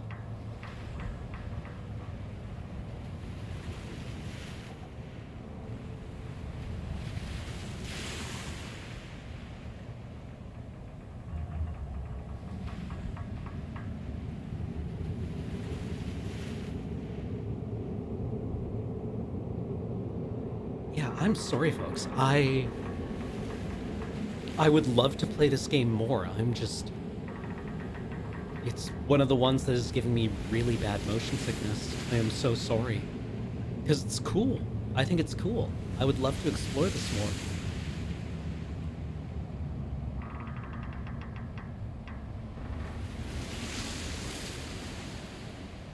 The environment is really interesting.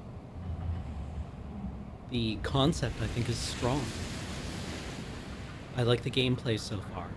I don't know, I just like the voxel look of things. I like the chunkiness it gives the world and the tactility it gives the world. Like when we picked the security box and started flipping off breakers, that it felt like, it felt like we were doing a thing.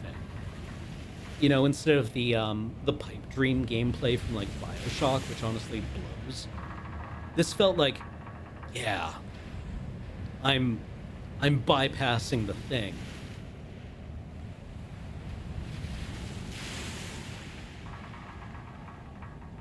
And I feel that once you start to be able to navigate the interface, which is not complex, but this is just my first interaction with it, it probably gets like quite good. Um, I really want to like, I would love to know people's conventions and theories of best practice around this screen, this board. Like, when people get good at this game, what all of the different like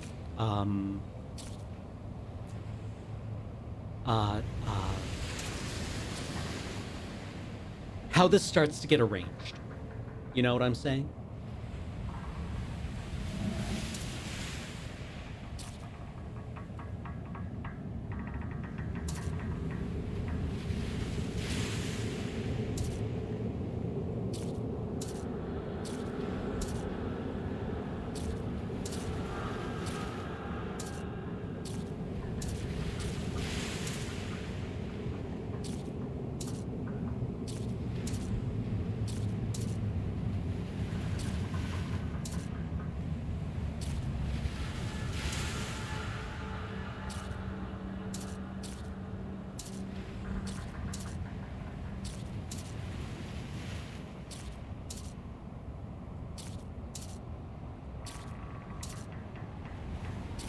I could honestly see spending a lot of time just doing things like this, where you're like, must arrange.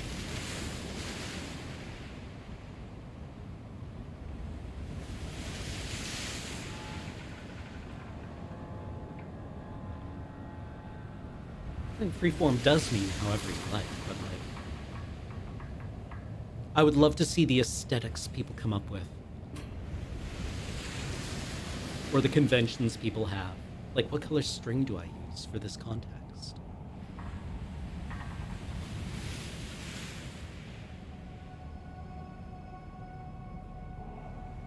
Yeah, the Always Sunny meme board, Pepe Silva.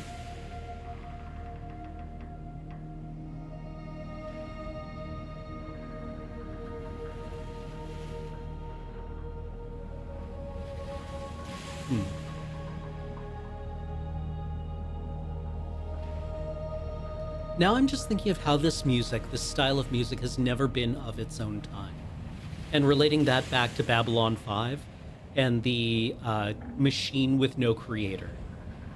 Because it's the machine that you sent back in time. And then it, comes forward in time, and then you send it back in time again. So it actually has never been created. Nobody made it.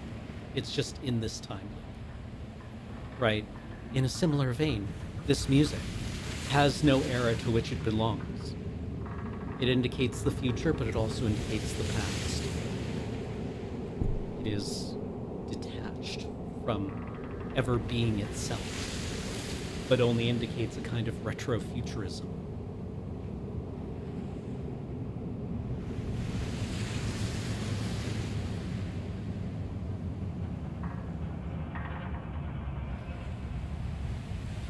Yes, yeah, exactly. Or like Tarmogoyf. Yes, Gek Yoryu. It was appeared in Future Sight as a reprint from a future set, and since then has only ever appeared in Masters sets. Which again is only reprints. And now it's a token. I wish I had been in the room in R&D when somebody is like, why don't we just make Tarmogoyf tokens? And people were like, that would be extremely funny if we did that. We should definitely do that.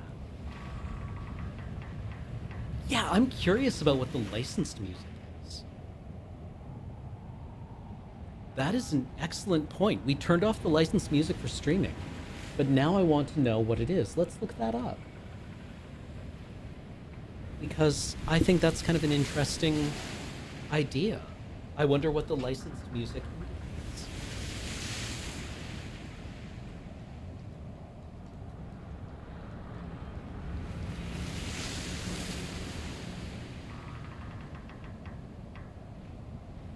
Shadows of Doubt original soundtrack.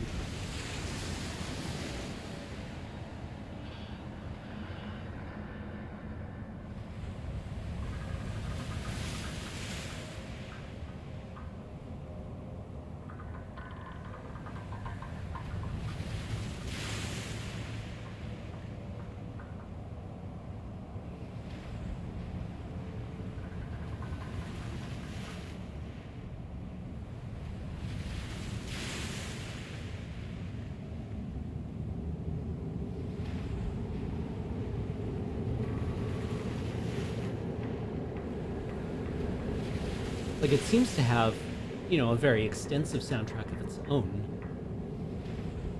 But what are the licensed songs? Interesting. Interesting. I can't seem to find it. But if anyone does know, I would love to know. Maybe the title track? Yeah, maybe it is just the title.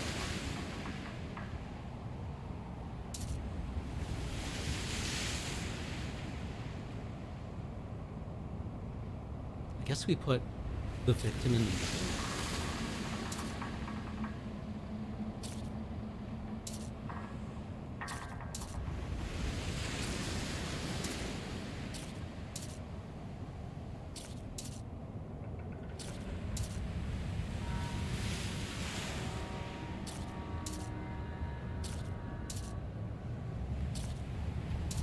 I kind of wish it snapped to a grid, but I also appreciate how it doesn't do that.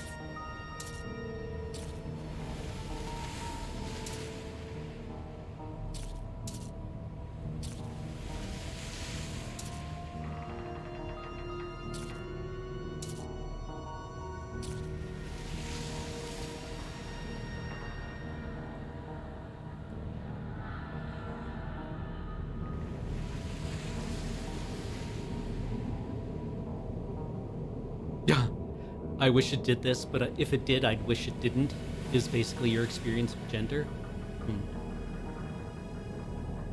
I have a friend who says that their gender expression is mapped very closely on Bugs Bunny's, which is, there is kind of like an implicit default, but it can also just be whatever's funniest at the moment.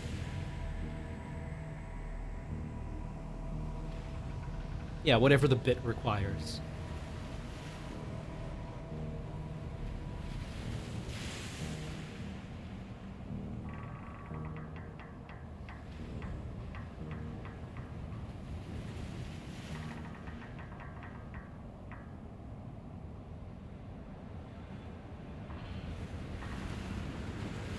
Yeah, I thought it was quite good too. Although that's coming from someone who doesn't really experience any gender dysphoria.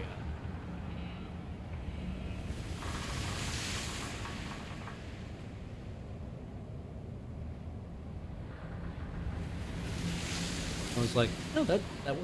That's interesting. I like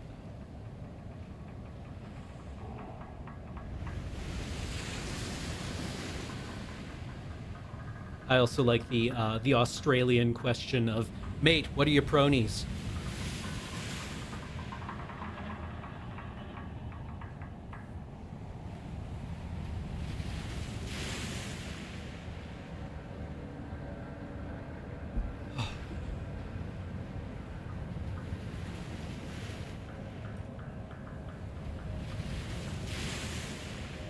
I also like the science fiction kind of fingerprint scanner, which is like this is an interface that will allow you to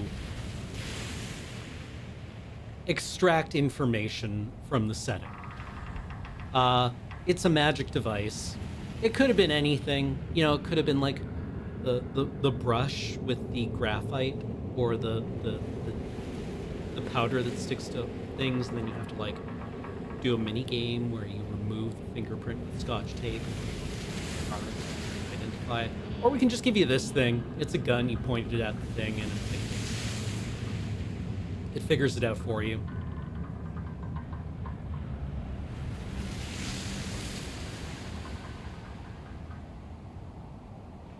I like that. It's a science fiction device. Ooh, our map.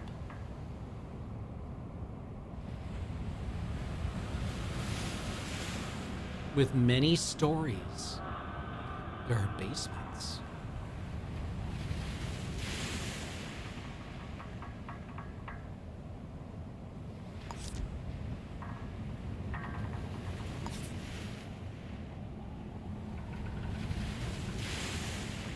Yeah. Oh, that's that. Okay, that's an interesting lens, Squalm. What does this dystopia do well?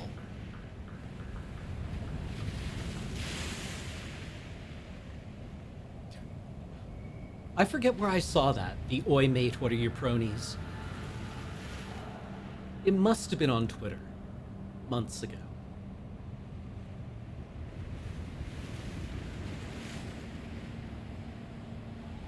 It has nanotech biomods.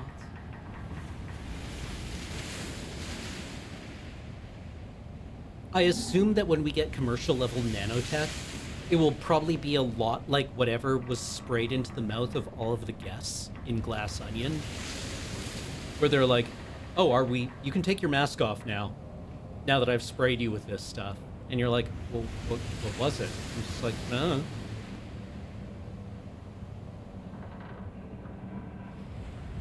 You're good. Yeah. Where, we'll just get sprayed with something and then, like, later on develop that, or later on learn that, no, it's not really I suppose everything has a nano structure.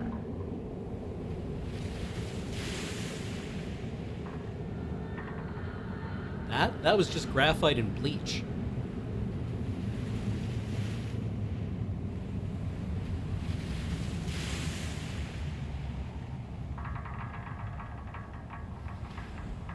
What would an NB Superman call? Well, I mean, if they're presenting as Superman, Super Fella.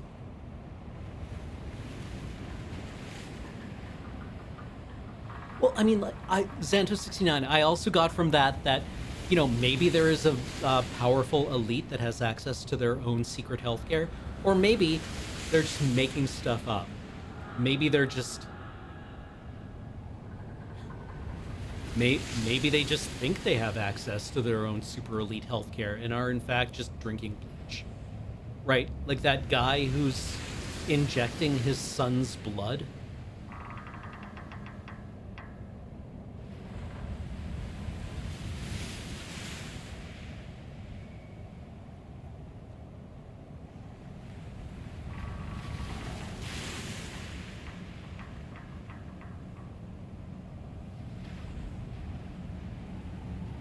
In order to like remain young forever, where it's like, no, this doesn't actually work. He's just as stupid as anyone else, but has access to an insane amount of money.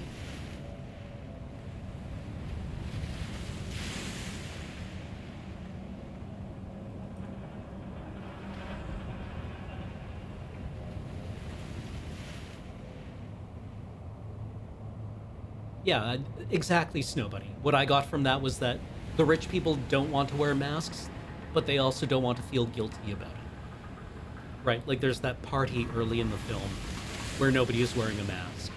Like, kind of as, the point of the scene is that nobody actually, with any money, cares about this. Because nothing can ever affect them. And then, what's her name? Is it Kate Hudson? who shows up wearing, like, her mesh mask.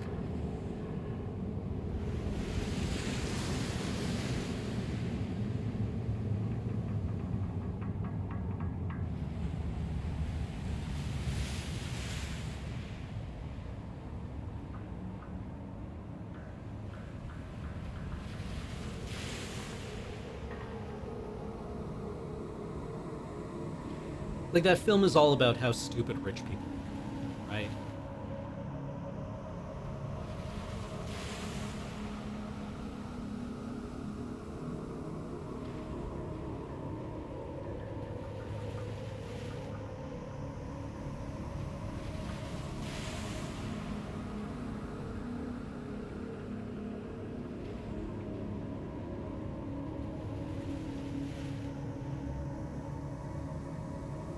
Yeah, I mean, Knives Out seemed to be like, no, rich people are evil. And then Glass Onion iterated on that by saying, like, evil and stupid. Can't forget the stupid part.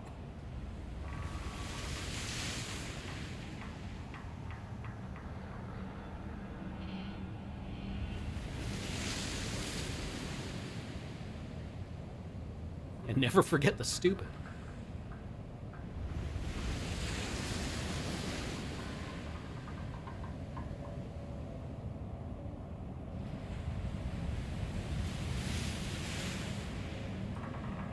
Never attribute to malice what can be explained by stupidity, and never explain with stupidity what can be attributed to stupid malice.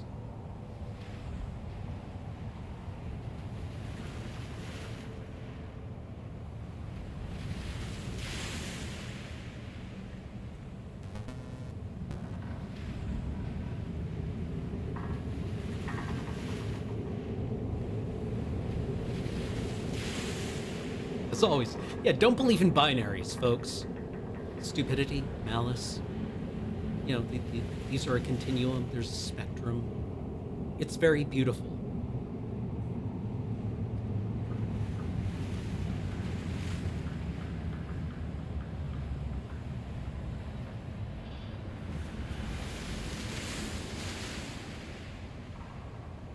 Yeah, I recently read a book called Blind Sight, and a large part of it deals with the idea that intelligence and consciousness are not necessarily related things.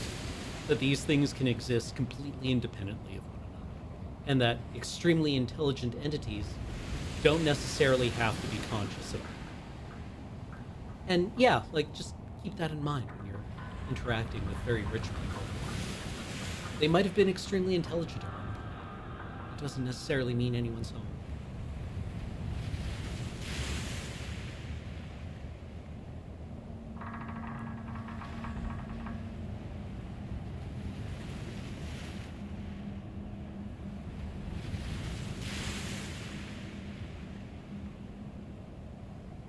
Yeah, it was a good book. I was very glad to have picked it up. Recommendation of a friend. So much so that I also picked up the sequel, Echopraxia, which is, I don't think, quite as good, but has bigger ideas. And is...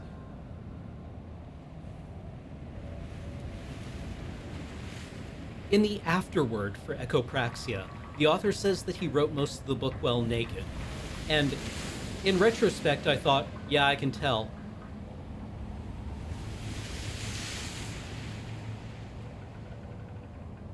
I don't know how I can tell, but I can tell. That makes sense to me.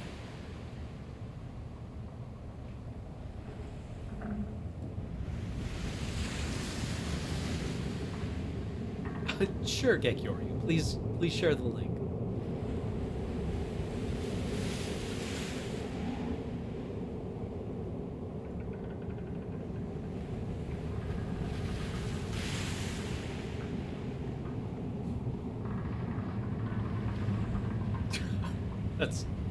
That's great, Gekiori. Wait, Peter Watts wrote The Things?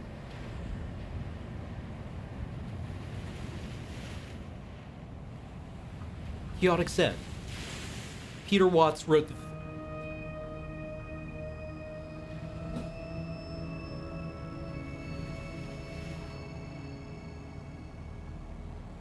No shit.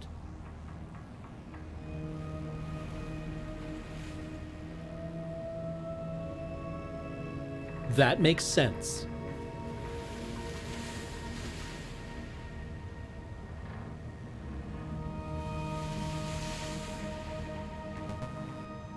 That makes sense to me. I could see that. I don't think I would have, like, anticipated that, but having been told it, I can be like, yeah, all right. Yeah, that... I can see the parallels.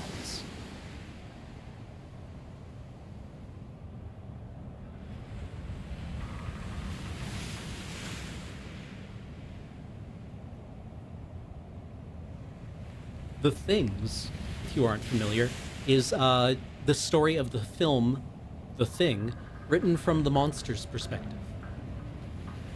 It's interesting.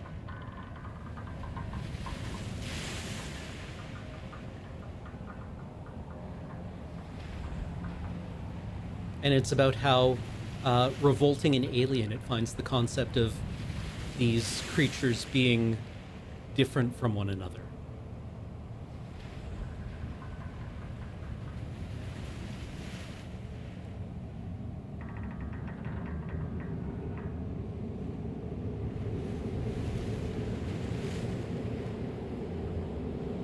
All right, let's wrap the stream up here because I don't think I'm going to be able to like play this game much more, but I like it. I like it as a concept and I like its execution. I like its vibe.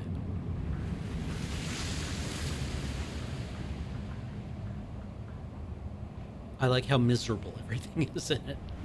It's an understandable kind of misery. All right. Well,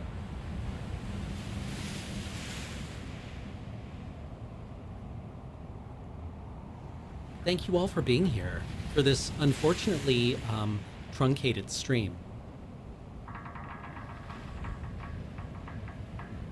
Ever consider The Thing or its prequels for corrector commentaries back in those?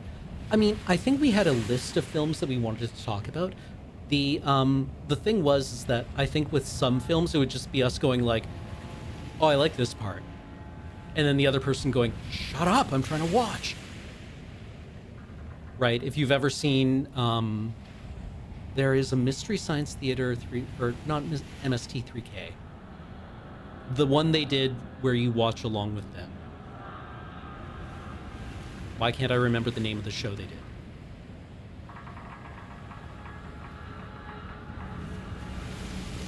Riff Tracks. Wasn't there a couple of the Riff Tracks things where they're just like, yeah, I don't really want to talk over this movie. I'm enjoying it too much. And you're like watching along with them and being like, yeah, good, I want to watch it too. Could you just shut up, please?